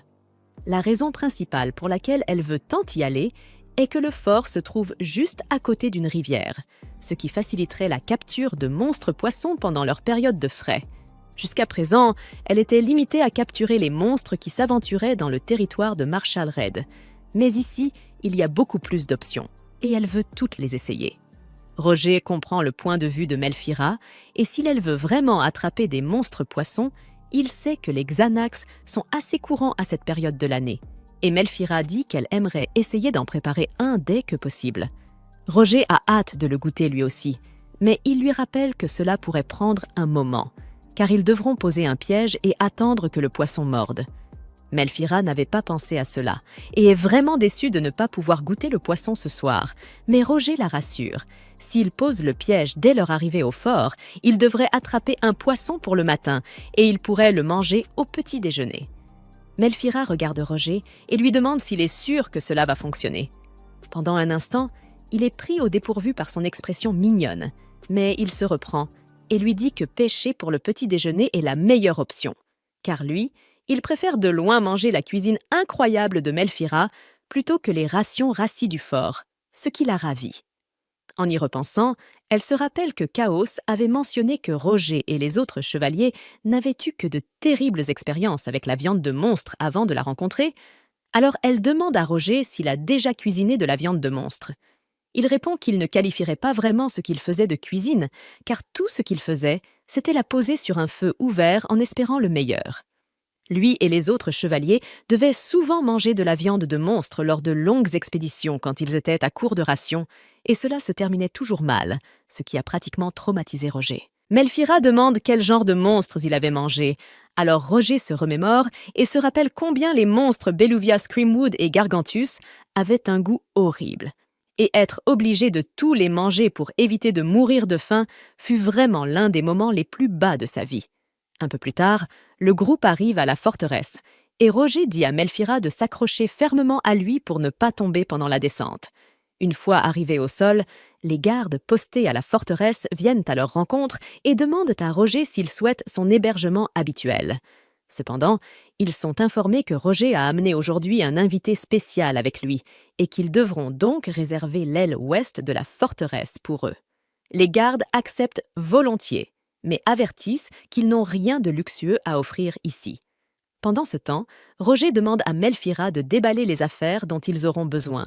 Mais après y avoir réfléchi un instant, il lui dit qu'il n'est pas trop tard pour organiser un hébergement en ville pour elle, car maintenant qu'il est vraiment là, il se rend compte que cet endroit est bien trop rudimentaire pour une dame comme elle. Cependant, Melphira le rassure en disant que ce n'est vraiment pas un problème, puisque dans son laboratoire de recherche, elle s'endormait souvent par terre, et passer la nuit dans une forteresse ne représente donc rien pour elle. De plus, elle explique qu'elle veut passer la nuit ici, car savoir que Roger est à proximité lui apporte du réconfort. Roger est à la fois embarrassé et heureux de l'entendre dire cela. Peu de temps après, il conduit Melphira à la chambre où elle passera la nuit et lui dit qu'elle peut se coucher tout de suite si elle le souhaite, car elle doit être fatiguée par le long voyage. Mais au contraire, Melphira lui répond que le trajet a été vraiment confortable grâce à lui, qu'il l'a tenue au chaud et qu'elle se sent donc très bien. À ce moment-là, Melphira sent quelque chose en train de cuire et cela ne lui plaît pas. Alors elle se dirige immédiatement vers la cuisine pour intervenir. Elle y trouve Mullen et Zeth en train de préparer une grande marmite de porridge pour tous les habitants de la forteresse. Elle ne veut pas être impolie, mais elle leur dit qu'une si petite marmite de porridge ne pourra pas rassasier tous les chevaliers affamés présents. C'est pourquoi elle suggère d'ajouter un peu de ceci pour donner plus de saveur. Elle a déjà présalé la viande de Moodle, donc cela devrait bien se marier avec le porridge. Mais Mullen demande si c'est vraiment une bonne idée, car la viande de Moodle est en quantité limitée. Zeth s'inquiète également, mais surtout parce qu'il n'a toujours pas confiance dans l'idée de manger de la viande de monstre. À l'époque où les autres chevaliers goûtaient la viande pour la première fois, il était occupé à autre chose. Il n'a donc jamais eu l'occasion d'y goûter. Et malgré le fait que tout le monde lui ait assuré que c'était parfaitement sûr, il reste encore méfiant. Melphira propose de lui donner un morceau tout de suite pour dissiper ses inquiétudes. Elle découpe donc un peu de viande et la grille sur le feu avant de la tendre à Zeth pour qu'il goûte. Elle le rassure en lui expliquant qu'elle a pris soin d'éliminer toutes les toxines magiques lors de la préparation. Il n'a donc pas à craindre d'intoxication alimentaire. Zeth prend nerveusement le morceau et comme il en reçoit un, Mullen demande qu'on lui prépare également un morceau, ce que Melphira fait avec plaisir.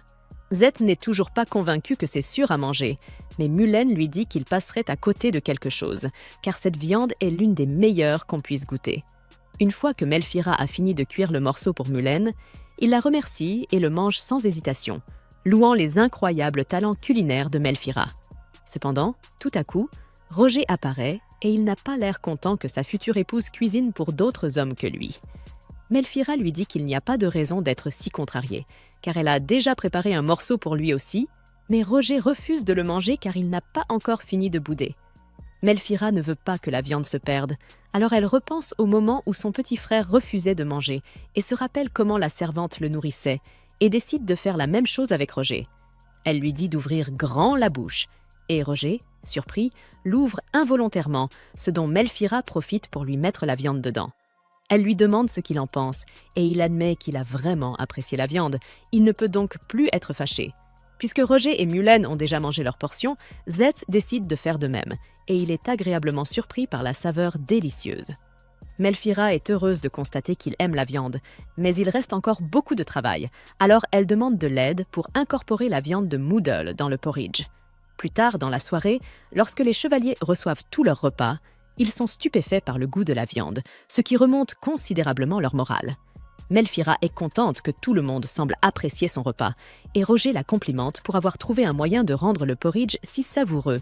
Melphira lui répond qu'elle n'a rien fait de spécial. Elle a simplement découpé un peu de viande de Moodle en petits cubes et l'a fait frire avant de la mélanger au porridge. Même si c'était simple, Roger reste vraiment impressionné par ses talents culinaires, et maintenant qu'il y pense.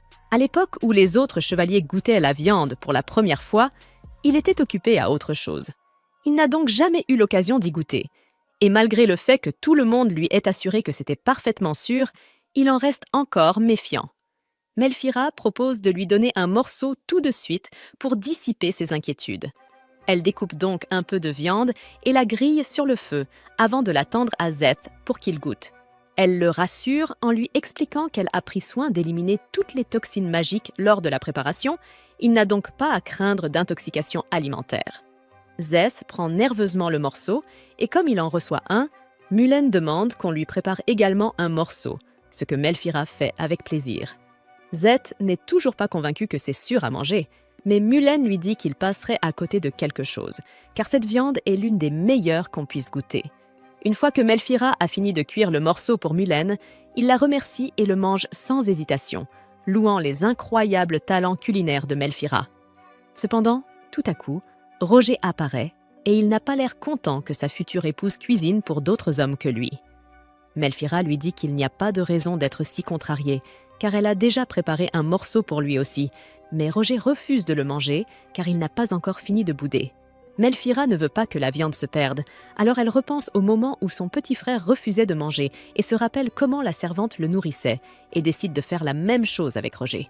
Elle lui dit d'ouvrir grand la bouche et Roger, surpris, l'ouvre involontairement, ce dont Melphira profite pour lui mettre la viande dedans. Elle lui demande ce qu'il en pense et il admet qu'il a vraiment apprécié la viande. Il ne peut donc plus être fâché. Puisque Roger et Mullène ont déjà mangé leur portion, Szeth décide de faire de même, et il est agréablement surpris par la saveur délicieuse. Melphira est heureuse de constater qu'il aime la viande, mais il reste encore beaucoup de travail, alors elle demande de l'aide pour incorporer la viande de Moodle dans le porridge. Plus tard dans la soirée, lorsque les chevaliers reçoivent tout leur repas, ils sont stupéfaits par le goût de la viande, ce qui remonte considérablement leur morale. Melphira est contente que tout le monde semble apprécier son repas, et Roger la complimente pour avoir trouvé un moyen de rendre le porridge si savoureux. Melphira lui répond qu'elle n'a rien fait de spécial. Elle a simplement découpé un peu de viande de Moodle en petits cubes et l'a fait frire avant de la mélanger au porridge.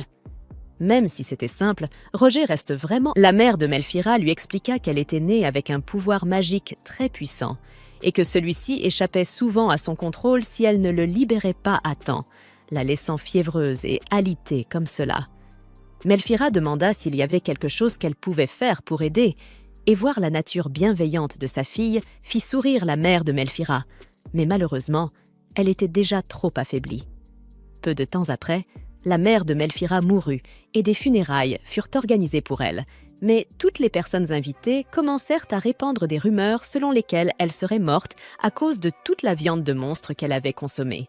Melphira ne pouvait pas supporter cela, car elle savait ce qui s'était réellement passé. Le sort de sa mère pour extraire la magie de la viande de monstre avait été incomplet à ce moment-là, et lors d'un incident, son corps avait fini par absorber la magie du monstre, ce qui conduisit à sa mort ultime. Melphira avait toujours aimé regarder sa mère exécuter le sort, et elle refusait de laisser tout le travail acharné de sa mère être gaspillé, alors elle décida de poursuivre ses recherches en son honneur.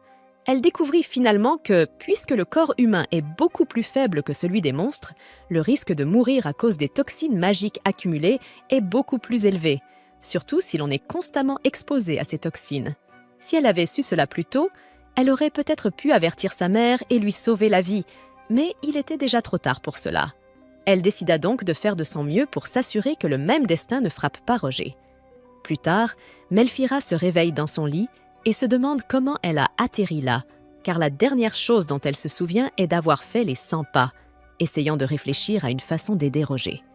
Finalement, elle comprend qu'elle a dû s'endormir par terre, et que Roger a dû la trouver et la porter jusqu'au lit, et elle n'en revient pas de s'être mise dans une telle position embarrassante. Elle se lève et commence à chercher Roger, le trouvant finalement en train de boire du thé dans la salle à manger. Elle lui demande s'il se sent bien, et Roger l'assure qu'il va vraiment bien. Son pouvoir magique n'était pas encore au niveau de produire des toxines, donc il n'a aucun symptôme grave. Et pour le prouver, il presse son front contre celui de Melphira pour lui montrer qu'il n'a pas de fièvre.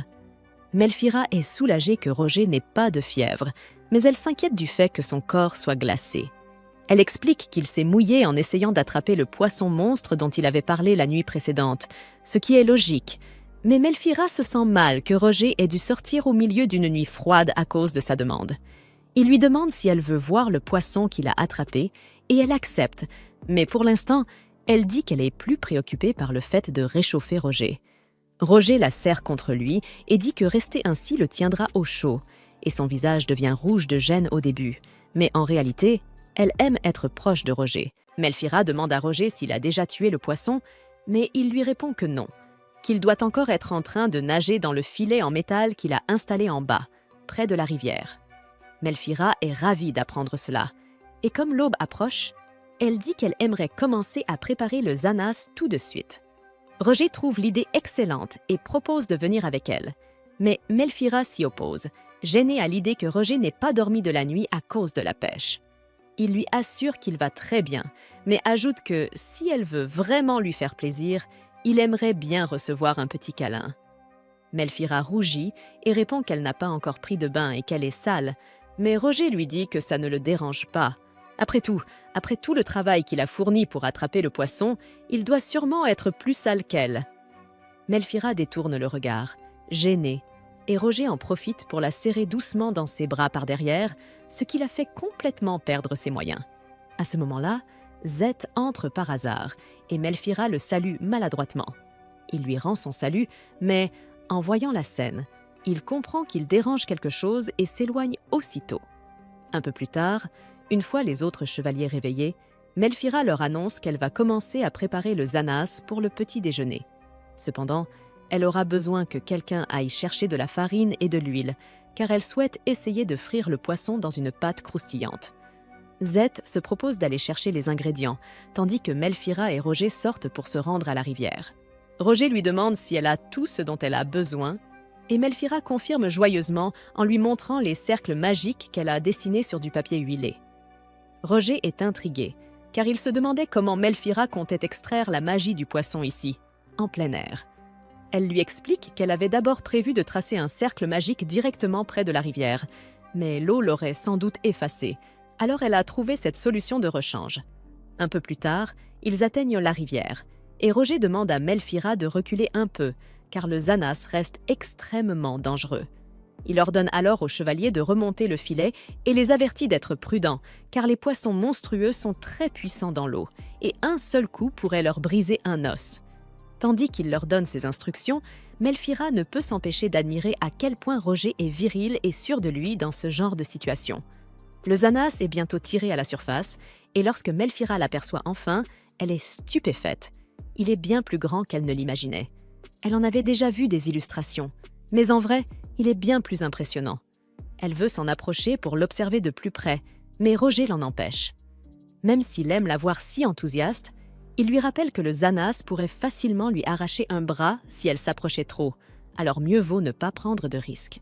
Quoi qu'il en soit, maintenant que le poisson est sorti de l'eau, Roger demande à Melphira si elle est prête pour qu'il le décapite, mais à sa grande surprise, elle lève une épée et déclare qu'elle veut le faire elle-même. Elle pensait que, puisqu'il ne s'agissait que d'un poisson, elle serait capable de le décapiter, mais l'arme s'avère bien trop lourde pour elle, et vu la taille du zanas, elle comprend vite qu'elle n'y arrivera jamais ainsi. Roger lui dit de ne pas se décourager, car il faut beaucoup de pratique avant de manier une épée avec aisance. Pour l'instant, elle peut simplement lui laisser ce travail salissant.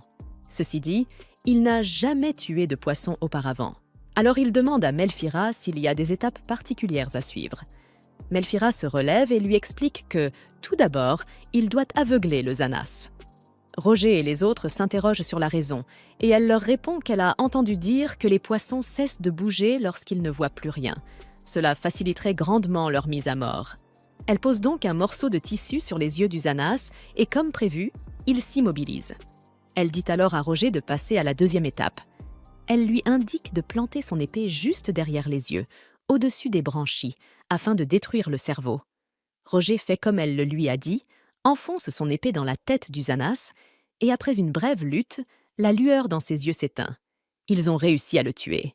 C'est maintenant au tour de Melphira de travailler. Elle recouvre le zanas de ses cercles magiques et commence à incanter.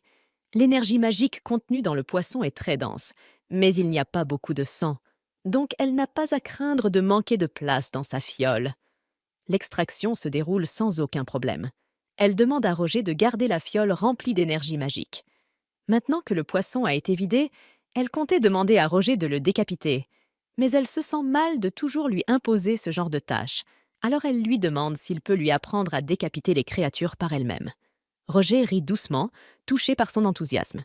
Il lui dit qu'il ne voit aucun inconvénient à décapiter autant de bêtes qu'elle le souhaite, car participer à sa cuisine lui procure une grande joie. Melphira est ravie d'entendre cela. Elle lui avoue qu'elle aussi aime cuisiner avec lui. Chez elle, elle devait toujours cuisiner et faire ses recherches seule, car son père était trop occupé pour l'aider, et la plupart des gens la trouvaient étrange. Alors, voir Roger et ses chevaliers si heureux de l'aider est pour elle un vrai changement, et cela la comble de bonheur. Après que les chevaliers ont repositionné le poisson, Roger se prépare à le décapiter. Mais avant de bouger, il aime mieux commencer à partir de l'endroit où il a déjà planté son épée et couper en diagonale vers les branchies. C'est un angle difficile pour trancher une créature de cette taille, mais Roger est un véritable maître du maniement de la lame. Pour lui, ce n'est qu'un jeu d'enfant. Melphira reste stupéfaite devant la précision du geste. La coupe est parfaite, la chair est restée intacte. Les autres chevaliers, impressionnés eux aussi, ne peuvent s'empêcher de l'admirer.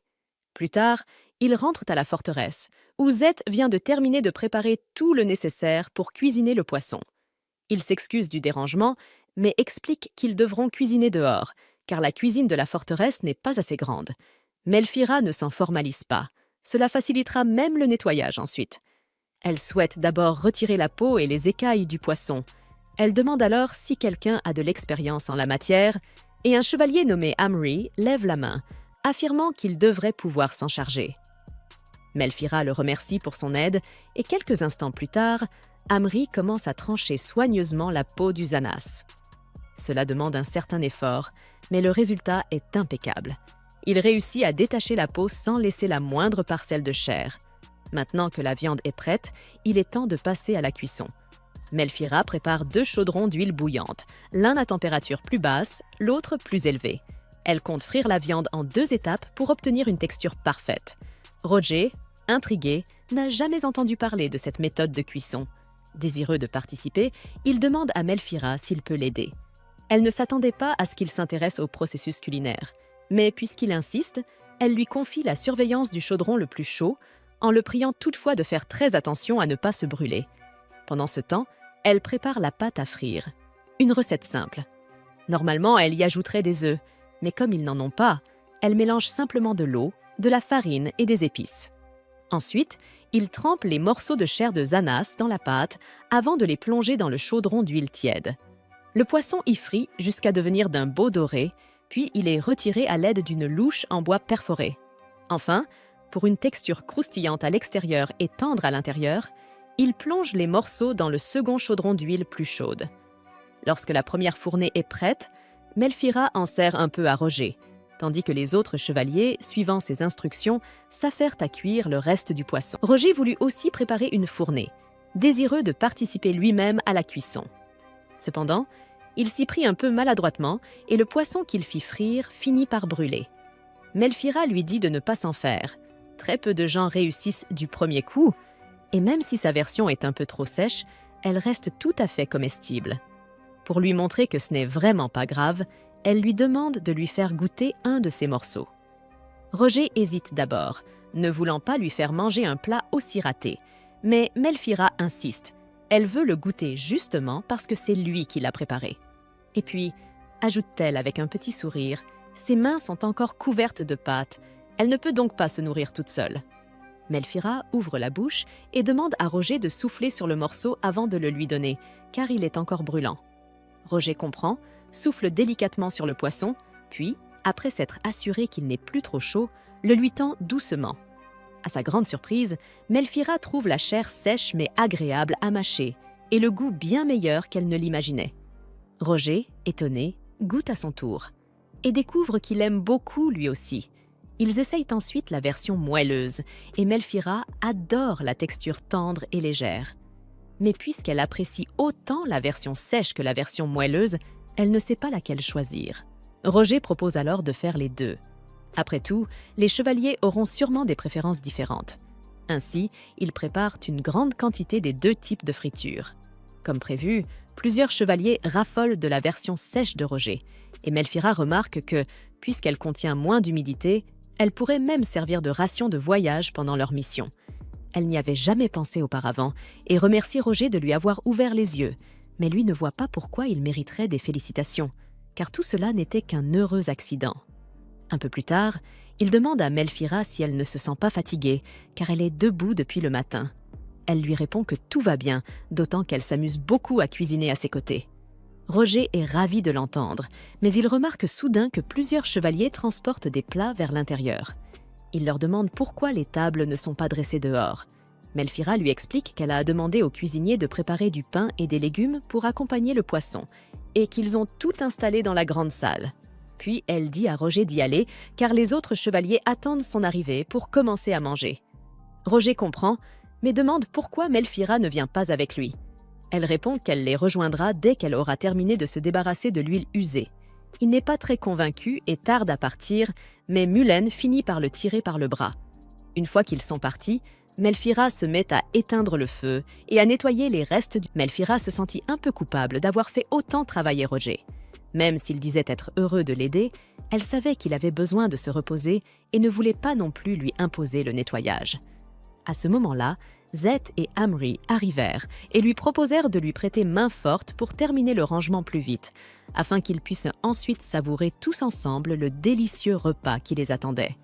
Reconnaissante, Melfira accepta leur aide, et comme ils étaient là, elle leur demanda s'ils aimeraient goûter quelque chose. Zeth et Amri regardèrent dans le bol qu'elle tenait. On y voyait de la chair de Zanas, mais son aspect différait légèrement de celui des autres morceaux. Melfira expliqua qu'il s'agissait de la partie du ventre du Zanas, une viande qui ne convenait pas vraiment à la friture, raison pour laquelle elle ne l'avait pas servie plus tôt aux chevaliers. Cependant, elle voulait recueillir leur avis avant de la gaspiller. Les deux hommes goûtèrent et furent agréablement surpris par la saveur tendre et riche du poisson. Amri ajouta que ce serait encore meilleur avec un peu de jus de fruits acidulés. Zeth se rappela qu'une grande quantité de fruits avait été préparée pour le petit déjeuner dans la grande salle et suggéra qu'il pourrait y trouver de quoi faire du jus. Melfira, ravie à l'idée que cette partie du poisson ne soit pas perdue, les invita aussitôt à se dépêcher pour aller en chercher avant qu'il n'en reste plus. Lorsqu'elle entra dans la salle, Melfira aperçut tous les chevaliers en train de déguster leurs plats. Roger, l'ayant vue, l'appela d'un geste pour qu'elle vienne s'asseoir à côté de lui. Un instant plus tard, Zeth revint avec les fruits dont il avait parlé. Il s'appelait Dambo, expliquant que leur jus était extrêmement acide. Melfira en versa un peu sur son poisson pour tenter l'expérience, et à la première bouchée, ses yeux s'illuminèrent. La combinaison des saveurs était exquise. En voyant la joie pure sur son visage, Roger se demanda si le goût était réellement aussi bon que cela. Melfira lui en proposa et lui demanda s'il appréciait les plats acides. Roger, n'ayant jamais goûté de mets de ce genre, accepta de tenter l'expérience. Mais à peine le poisson trempé dans le jus toucha-t-il sa langue que son visage se crispa. L'acidité était bien plus forte qu'il ne l'avait imaginé. Il n'osa pas lui dire qu'il n'aimait pas, mais Melfira comprit immédiatement à sa grimace et se promit intérieurement d'éviter tout ce qui avait un goût acide lorsqu'elle lui préparerait des plats à l'avenir. Lorsque le petit déjeuner prit fin, il fut temps de reprendre la route vers le château de Galbriat. Roger ordonna à tous de remonter sur leurs dragons, et bientôt, le groupe tout entier reprit ce que... Roger demanda à Melfira de lui dire lorsqu'elle souhaiterait faire une pause, mais elle se sentait très bien et s'inquiétait plutôt pour lui, puisqu'il n'avait presque pas dormi la nuit précédente. Cependant, le duc lui assura qu'il avait encore quelques fruits de cabot, ce qui l'aiderait à rester éveillé. Elle pensa pourtant qu'il ne les appréciait pas, se souvenant de sa réaction à l'acidité lorsqu'ils en avaient mangé. Insistant sur le fait qu'il avait besoin de se reposer davantage, Melfira proposa qu'elle monte avec Mullen ou Zeth. Mais Roger refusa aussitôt et lui avoua qu'il plaisantait au sujet des fruits pour rester éveillé. En réalité, il avait apporté les cabots parce qu'elle les aimait. Le duc fit une petite moue avant de lui dire de ne pas compter sur d'autres hommes. Melfira en rit doucement. En entendant la nervosité dans sa voix, elle se demanda quelle avait bien pu être la vie du duc sur les terres des Galbraith. Tous les chevaliers de Galbraith qu'elle avait rencontrés jusque-là l'adoraient et le respectaient profondément. Ils formaient une grande famille chaleureuse autour du duc, ce qui la poussa à imaginer à quoi ressemblaient les gens de son duché. Elle demanda alors à Rogier quel type de villes et villages se trouvaient sur les terres de Galbraith. Il lui répondit qu'il y en avait autrefois 30, mais que leur nombre avait diminué au cours des 17 dernières années. Aujourd'hui, il n'en restait plus que 12 à cause de la grande famine et de la sécheresse. Dans le duché, on appelait cela le cataclysme. À cette époque, l'ancien duc était mort soudainement et Rogier avait été choisi pour lui succéder. Il était rare qu'un duc périsse durant une famine melfiera avait du mal à imaginer que cela pouvait être dû à une maladie ou un accident. Rogier évoqua ensuite l'apparition d'un nombre sans précédent de monstres dans la forêt d'Irzen. Ils étaient tellement nombreux qu'il était impossible de les éliminer assez vite, et leur puissance magique ne cessait de croître. Des hordes de créatures enragées avaient alors assailli Galbraith. Malgré cela, l'ancien duc avait accompli son devoir. Bien qu'ils eussent perdu beaucoup de chevaliers, ce sacrifice avait empêché les autres nations de subir le moindre dommage. Personne ne s'était demandé pourquoi les renforts n'étaient jamais venus. Mais avec la catastrophe qui frappait tout le royaume, aucun pays n'avait de force à envoyer. Les chevaliers de Galbraith prêtent serment de donner leur vie pour leur royaume. Rogier, tout comme ceux qui l'admiraient, avaient prêté ce même serment. C'est le destin de ceux qui portent le nom de Galbraith.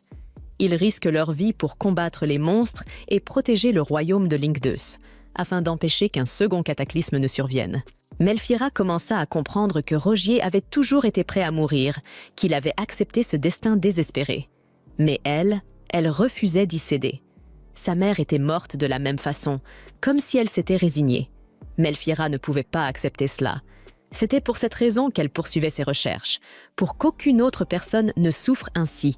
Et si elle devait elle-même être soumise au destin, alors elle voulait croire que ce même destin les avait réunis.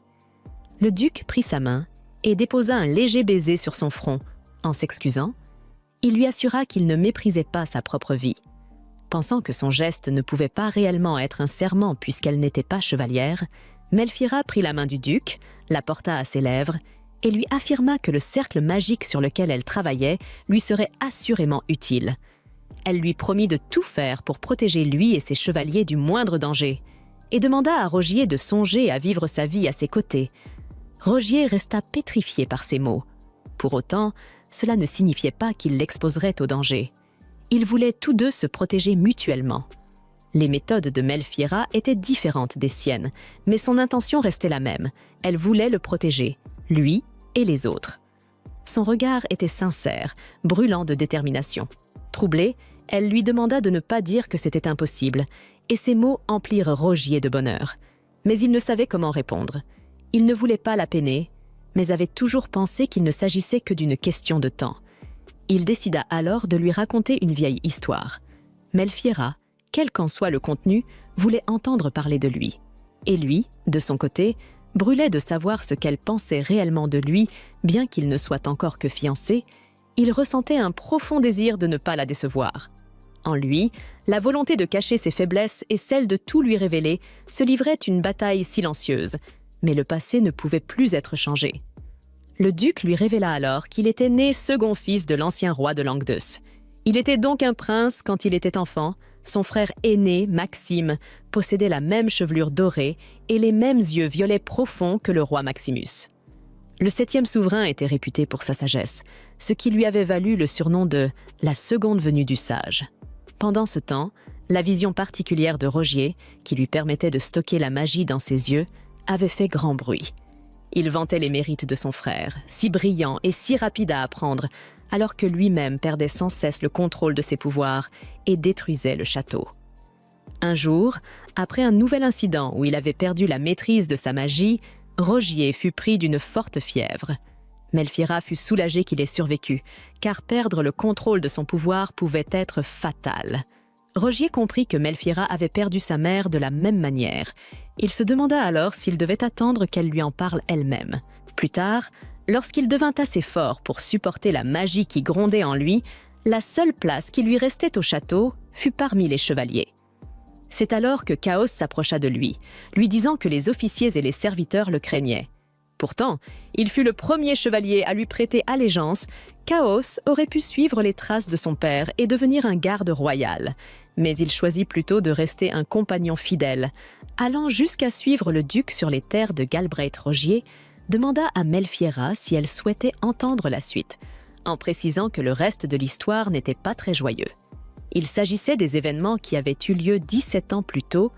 Melfiera hésita. C'était l'un des secrets les mieux gardés de leur royaume.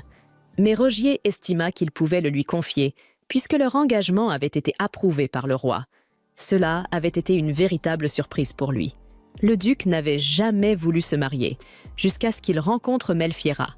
17 ans auparavant, pour éviter un conflit de succession, le père de Melfiera, le précédent roi, avait décidé de faire de Rogier le futur duc de Galbraith et le sujet de son frère aîné, destiné à monter sur le trône. À cette époque, le royaume était affaibli par la sécheresse et la famine qui ravageaient le territoire. Les nobles, épuisés et affamés, étaient sur le point de se rebeller. Le roi n'avait plus aucun choix. Cependant, une partie de la noblesse soutenait une mesure extrême, faire de Rogier le prince héritier et l'envoyer attaquer les nations voisines. Ils voulaient agrandir leurs terres par la conquête, sous la bannière d'un prince doté d'un pouvoir magique exceptionnel grâce à sa vision. À cause de cela, un conflit interne éclata entre les factions pro-guerre et anti-guerre. Le père de Chaos fut pris dans cette lutte et y perdit la vie. Un jour, Rogier surprit des servantes en train de bavarder. Elles parlaient des querelles meurtrières pour la nourriture et l'eau. Et elles chuchotaient que des monstres attaquaient. Il s'était immédiatement précipité auprès de son frère aîné, acceptant d'hériter du nom de Galbraith, afin que Maxime puisse devenir roi. Il ne voulait plus jamais qu'une tragédie semblable se reproduise. Bien que la situation fût douloureuse, Maxime accepta la décision de son cadet. Il annonça alors au peuple qu'il succéderait au roi afin de mettre fin aux souffrances le plus rapidement possible. Des années plus tard, il confia à Rogier que la chasse aux monstres ne pouvait pas rester l'unique mission des chevaliers de Galbraith. Il devait leur offrir quelque chose de plus. Ainsi, Maxime proposa qu'après 5 ans de service, les chevaliers méritants puissent obtenir un poste au sein de la garde royale. Chaos ajouta qu'il cherchait également de nouveaux usages pour les monstres qu'ils abattaient. Certains d'entre eux étaient de précieuses sources de matériaux rares. Les jeter serait un gâchis. Il souhaitait que la couronne achète ce qui pouvait servir, et Maxime accepta de payer grassement. Selon la qualité des matériaux, Rogier pensait que ce système ne fonctionnait que parce qu'il était le frère du roi. Mais Melfiera trouva l'idée formidable. Cela marchait parce que les terres de Galbraith regorgeaient de monstres, et parce qu'il disposait de chevaliers assez forts pour les éliminer. Le duc restait pourtant prêt à risquer sa vie si une nouvelle cataclysme devait survenir. Mais Melfiera lui suggéra qu'au lieu de se préparer à mourir, il devrait chercher un moyen d'empêcher le cataclysme lui-même. Il y avait une limite au nombre de monstres que Rogier pouvait abattre. Elle refusait qu'il se sacrifie. Si ses nouvelles recherches sur l'extraction des toxines magiques aboutissaient, et si les monstres cessaient de devenir fous, et donc d'attaquer les humains, Rogier n'aurait plus aucune raison de risquer sa vie. Et si elle parvenait même à extraire ces toxines à partir de monstres vivants, peut-être pourrait-elle rendre comestible, et même délicieux, la chair des monstres rendus fous touchés par ces paroles. Rogier déposa un nouveau baiser sur le front de Melfiera. Elle en perdit complètement ses moyens. Après toute la passion qu'elle avait exprimée pour lui, il ne pouvait plus se retenir. En lui avouant qu'il envisageait sérieusement de partager sa vie avec elle, il acheva de transformer Melfiera en véritable boule d'émotion. Il lui montra ensuite les bois d'Urzine qui s'étendaient sous eux, lui faisant savoir qu'ils approchaient de Galbraith. La forêt était si immense que même lui aurait pu s'y perdre sans carte. Melfiera avait du mal à croire qu'une telle forêt était infestée de démons. Cette terre renfermait du minerai magique. Des lignes telluriques et des veines de minerai couraient profondément sous le sol, et avec un air et une terre saturés de magie, seuls des monstres pouvaient véritablement y vivre. Rogier désigna ensuite à Melfiera la rivière de Galbraith. La plus grande du territoire à l'est se trouvait la rivière de Galbraith, qui s'y déversait avant que le cours d'eau ne se sépare en 3 branches. Melfiera se demanda si le fleuve avait tendance à se concentrer en un seul point, mais Rogier lui dit que cet endroit devait être particulier. La neige fondue provenant de la chaîne de Galbraith, au loin, s'écoulait sous terre avant de refaire surface ici, cependant. Tout s'était asséché lors du cataclysme survenu 17 ans plus tôt. Si une rivière aussi impressionnante avait pu disparaître, pensa Melfiera, alors une attaque martiale n'aurait eu aucune chance. Elle se demanda même si le duc connaissait l'origine d'une sécheresse aussi étendue dans le royaume de Langdeus. Mais avant qu'elle ne puisse poser la question, Rogier lui demanda de se retourner, car la manière dont elle était assise était dangereuse. Soudain, un message arriva. Un vol de berguignons était sur leurs traces, environ 200 créatures se rapprochant rapidement. Rogier décida alors de prendre la tête du groupe et demanda à 2 chevaliers sans cargaison de couvrir l'arrière Z, et Éric acceptèrent immédiatement. Rogier tendit ensuite à Melfiera des lunettes coupe-vent, en s'excusant pour ce qui s'était passé à Galbraith. Mais elle comprenait parfaitement. Il lui expliqua que les berguignons utilisaient un sort d'accélération pour chasser en meute. Toutefois, il était rare qu'ils attaquent un groupe entier. Une fois Melfiera prête, le duc libéra sa magie d'accélération, filant à une vitesse incroyable pour semer les monstres. En se rapprochant du sol, on aurait presque cru qu'ils allaient s'écraser.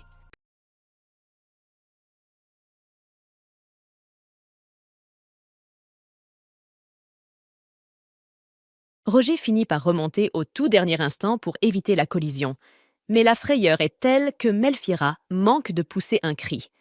Pour détourner son esprit du danger, elle commence à imaginer à quel point ces oiseaux seraient délicieux cuits à point. Avant de soudain réaliser que les oiseaux, eux aussi, doivent probablement penser à la manger. La panique la reprend aussitôt.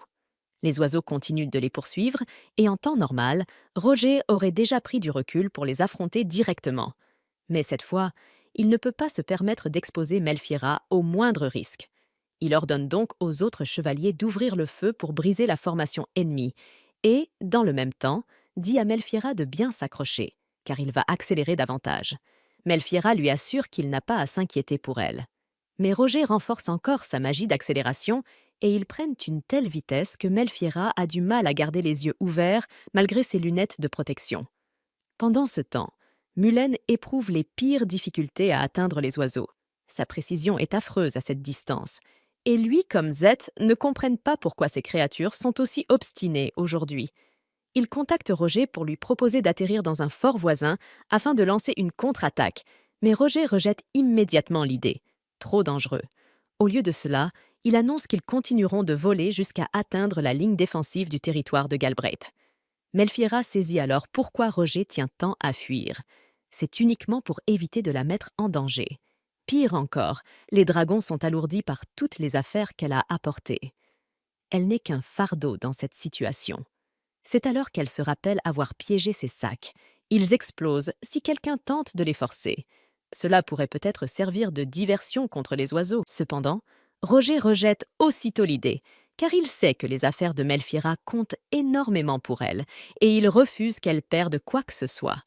Dans ce cas, elle lui demande de la déposer au sol, afin qu'il puisse affronter les monstres sans avoir à se soucier d'elle. Mais Roger refuse encore. Dans ces conditions, il ne pourrait pas la protéger. Il devine parfaitement que Melfiera doit se sentir comme un poids mort, mais il la rassure. Tout ira bien. La ligne défensive les attend plus loin, et une fois sur place, ils seront en sécurité. Melfiera se sent un peu mieux après l'avoir entendu, même si elle aimerait pouvoir aider d'une manière ou d'une autre. Elle ne connaît aucun sort offensif, et ses cercles magiques en papier sont inutiles en plein vol. Mais soudain, elle se rappelle qu'il lui reste une fiole pleine du sang magique de Xana. Roger lui avait confié qu'une seule fiole contient assez de puissance pour créer des armes de destruction massive. Cela pourrait peut-être fonctionner.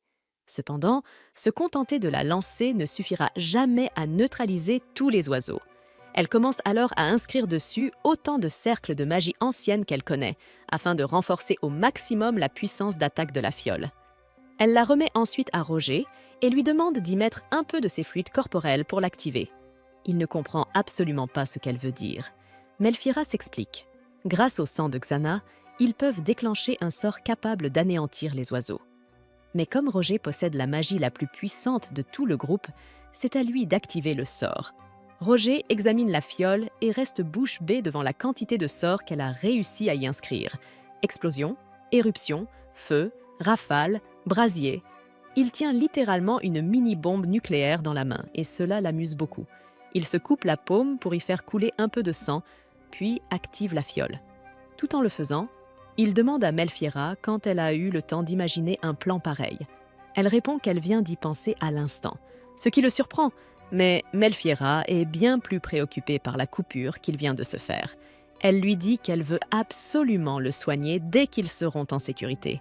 Roger accepte volontiers. Mais d'abord, ils doivent survivre. Il donne alors de nouveaux ordres aux chevaliers.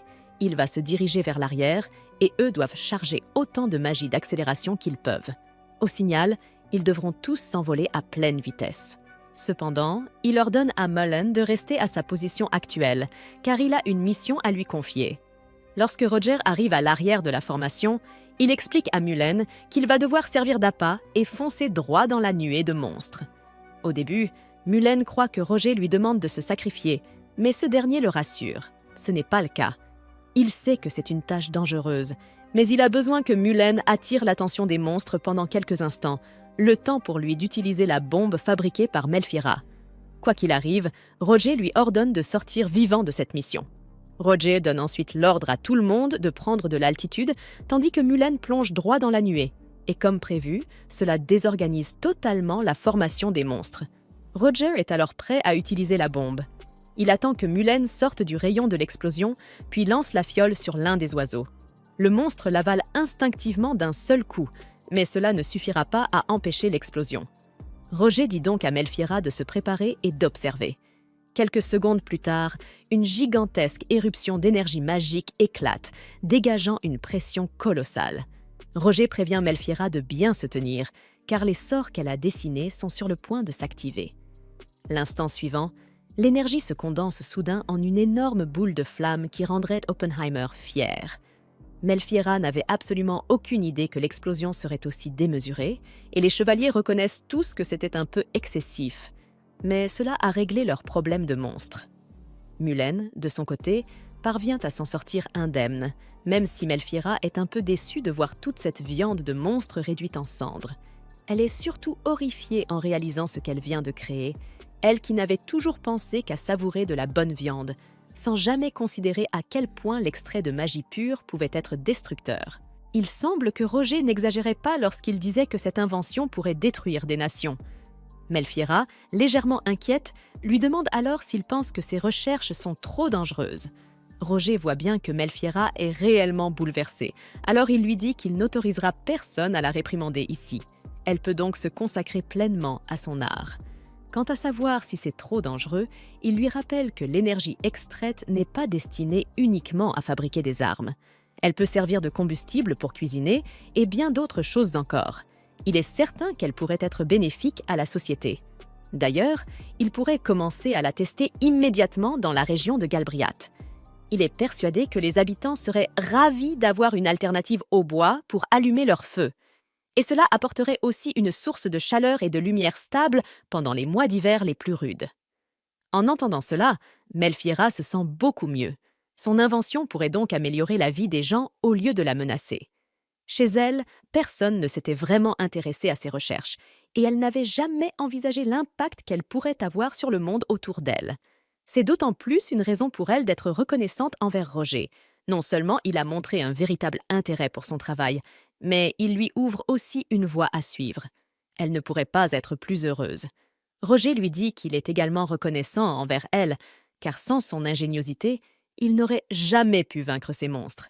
Mais Melfiera répond que la majorité du mérite devrait revenir à Roger, puisque la puissance de l'activation des sorts dépend de la magie de l'utilisateur. Et il était le seul capable d'utiliser des cercles dessinés aussi rapidement. Roger admet que c'était un effort d'équipe. Et comme ils travaillent si bien ensemble, il lui suggère qu'ils pourraient partir chasser des monstres ensemble un jour. Ces mots sont la meilleure chose que Melfiera ait entendue de toute la journée.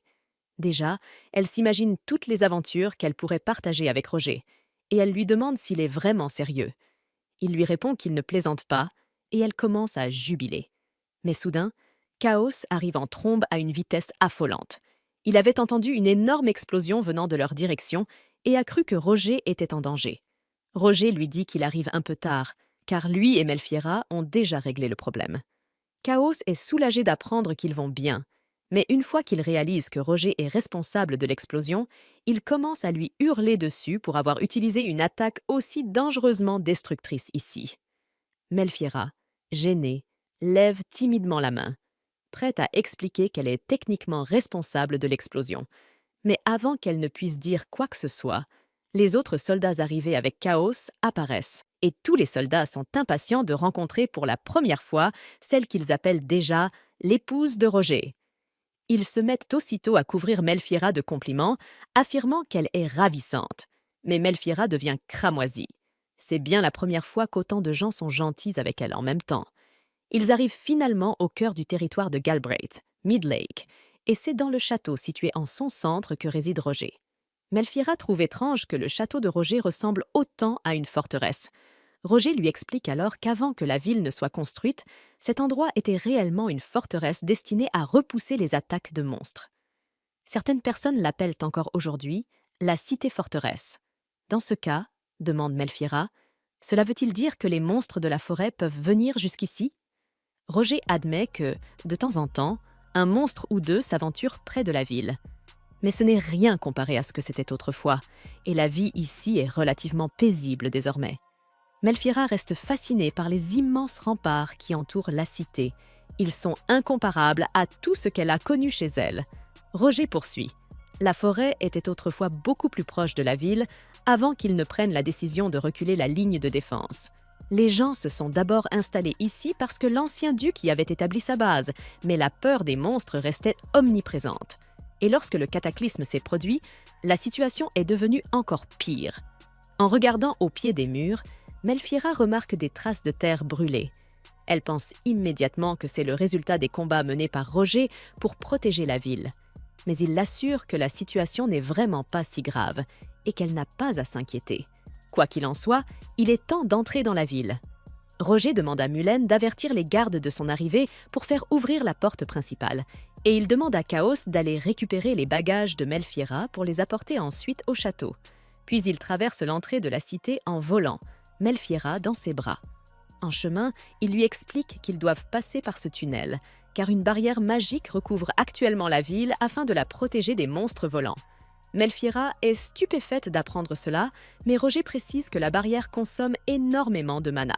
Ils ne peuvent pas la maintenir active en permanence. Ils ont probablement décidé de l'activer en apprenant l'attaque du troupeau de monstres. Melfiera s'inquiète à l'idée qu'une nouvelle attaque puisse survenir, mais il est impossible de le prévoir. Par prudence, Roger lui dit qu'ils devraient rester sur leur garde pour le reste de la journée. Mais, mis à part cela, il est temps pour lui de lui souhaiter officiellement la bienvenue dans sa ville. Alors que quelques enfants leur faisaient signe, Melfiera remarqua qu'il y avait des fermes à l'intérieur des remparts. Aerys lui expliqua qu'elles servaient à élever du bétail. De loin, l'endroit ressemblait à une immense forteresse d'un seul bloc. Mais de près, Melfiera pouvait voir qu'il s'agissait bel et bien d'une véritable cité. Elle demanda ensuite au duc s'il existait un lieu dédié à l'animisme. Il répondit qu'il n'y en avait presque pas. Cela dit, consommer des monstres avait toujours été mal vu, peu importe les croyances des habitants. Les gens d'ici étaient plutôt réticents à manger de la viande de monstres, mais le duc assura à Melfiera que cela ne poserait aucun problème avec la façon dont elle les préparait. Les chevaliers pourraient s'occuper de répandre la nouvelle, car la plupart avaient déjà mangé du monstre auparavant. Même si beaucoup en gardaient un souvenir très désagréable, certains, selon Aerys, seraient probablement réticents au début. Il y avait ici de nombreux monstres que Melfiera n'avait encore jamais rencontrés, des créatures capables de faire frémir même le duc, et elle avait hâte de tous les essayer. À leur arrivée, Aerys lui demanda de vérifier ses affaires. Et tandis qu'elle s'exécutait, elle sentit un regard posé sur elle. À sa grande surprise, c'était un dragon qui la fixait. Elle comprit rapidement qu'il regardait en réalité le Moodle royal. Elle demanda alors au duc la permission d'en donner un peu au dragon. Aerys remarqua à quel point sa créature convoitait désespérément la nourriture et finit par céder. Après cela, il souhaita la bienvenue à Melfiera dans son château. En traversant le pont, elle remarqua que l'eau était remplie de poissons bacta, utilisés pour se débarrasser des restes alimentaires. Ce n'étaient pas des poissons monstres comme les Xanis, mais elle ne put s'empêcher de se demander s'ils étaient bons à manger. Alors que les poissons s'écartaient, Melfiera vit soudain l'eau devenir rouge autour d'elle. C'était à cause de ses cheveux. Elle ne les avait pas attachés correctement, et son ruban avait sûrement glissé lorsqu'ils avaient fui les Burklingons. Elle n'arrivait pas à croire qu'elle se promenait ainsi, l'air d'une femme négligée. Un simple coup de doigt dans sa chevelure ne suffirait pas. elle décida d'en parler au duc. Elle remarqua cependant qu'il restait parfaitement indifférent à son apparence décoiffée. Mais en tant que fiancée, elle estimait que les premières impressions étaient importantes. Voyant son regard se poser sur les poissons bacta, Aerys lui confia qu'ils étaient délicieux en ragoût et qu'ils servaient aussi de source de nourriture d'urgence. Melfiera n'en avait jamais goûté auparavant, alors il lui proposa d'en essayer un, mais ce n'était pas du tout ce qu'elle voulait aborder. Elle expliqua au duc qu'elle souhaitait simplement être présentable avant de rencontrer tout le monde, et demanda si elle pouvait emprunter un endroit pour se changer. Aerys s'excusa immédiatement, incapable de croire à quel point il avait manqué de considération malgré toutes les leçons de Kalos. Il appela alors Mulène, lui signalant qu'il y avait une urgence. Le duc lui ordonna ensuite de convoquer immédiatement le corps blanche, et Mulène s'empressa de partir. Aerys continua de s'excuser auprès de Melfiera, regrettant de ne pas avoir été plus attentif. Il lui expliqua qu'il n'y avait aucune femme de chambre dans le château. Cela faisait longtemps qu'il ne comptait plus que des hommes à son service. Melfiera se sentit coupable de ne pas avoir pensé à quelque chose d'aussi simple, trop absorbé par son intérêt pour les monstres. Le duc ajouta qu'il n'y avait pas eu de duchesse de Galbraith depuis des générations, probablement 4 au total. Mais tous deux finirent par en rire. Peu après, il présenta à Melfiera les femmes du corps blanche, leur précisant que sa parole à elle valait la sienne. La capitaine, Blanche Lusabel, se présenta alors, et Melfiera fut surprise de voir à quel point elle était élégante. Blanche et ses compagnes commencèrent à discuter de la manière dont elles devaient s'adresser à Melfiera, mais celle-ci leur demanda tout simplement de l'appeler par son prénom. La vice-capitaine, Nathalie Scholl, se présenta ensuite, suivie de Liliane Centenium. Le duc ordonna à Blanche de veiller à ce que Melfiera se remette du vol. Melfiera, cependant, demanda au duc quand elle serait présentée au reste du personnel. Il décida que le dîner serait l'occasion idéale. Avant de partir, il lui retira délicatement son gant et déposa un baiser sur sa main. Melfiera en devint toute rouge, d'autant plus que les autres jeunes femmes étaient présentes. Il lui dit de ne pas en avoir honte, puis lui montra sa chambre, juste à côté de la sienne. Elle pouvait venir le voir à tout moment si quelque chose la troublait. Melfiera en profita pour le taquiner. Elle dit que c'était une bonne chose que Kals ne soit pas là, et qu'elle allait tout lui raconter. En découvrant sa chambre, Melfiera fut immédiatement charmée par son adorable apparence. Pourtant, elle hésita à y entrer, ne voulant pas salir le tapis moelleux avec ses chaussures poussiéreuses. Voyant cela, Blanche la souleva délicatement et la déposa sur le sofa, en lui confiant que la princesse était légère comme un chaton, une remarque qui fit rougir Melfiera jusqu'aux oreilles. Elle se demanda un instant si elle ne rêvait pas, mais même si c'était le cas, son pauvre cœur n'allait pas s'en remettre. La capitaine proposa de lui retirer ses chaussures, mais Melfiera refusa vivement, essayant tant bien que mal de résister au charme de cette femme si charismatique. Nathalie demanda alors si elle appréciait les confiseries. Melfiera en fut touchée, mais ne voulait pas abuser de leur temps précieux. Blanche précisa pourtant que le corps avait reçu le privilège de devenir sa garde personnelle. Elles étaient son épée et son bouclier, et la capitaine souhaitait que la princesse les considère comme telles. Blanche dégaina son arme et la présenta à Melfiera, lui demandant de leur faire cet honneur en tant que chevalière. En observant l'épée, Melfiera la trouva magnifique. Elle remarqua aussi que le sceau était identique à celui du duc. Elles avaient donc été choisies par lui. Cela suffisait à lui inspirer confiance, même si ni elle ne se connaissaient encore vraiment.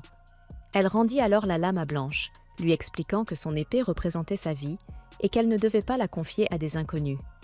Melfiera leur demanda si elles avaient entendu les rumeurs et leur parla de la promesse qu'elle avait faite au duc. Durant le trajet, elle avait compris ce qu'elle devait accomplir à Galbraith. Elle ne pouvait donc pas accepter l'épée de Blanche, pas avant qu'elle ne la reconnaisse comme leur dame et ne la juge digne de recevoir leur lame. Blanche acquiesça avec un sourire déterminé, lui assurant qu'elle ferait tout leur possible pour devenir des chevalières dignes d'elle également. Melfiera demanda ensuite si l'épée de Blanche avait été forgée par le même artisan que celle de l'héritière. La capitaine confirma, expliquant qu'elle venait d'une forge locale, ici même à Midlag.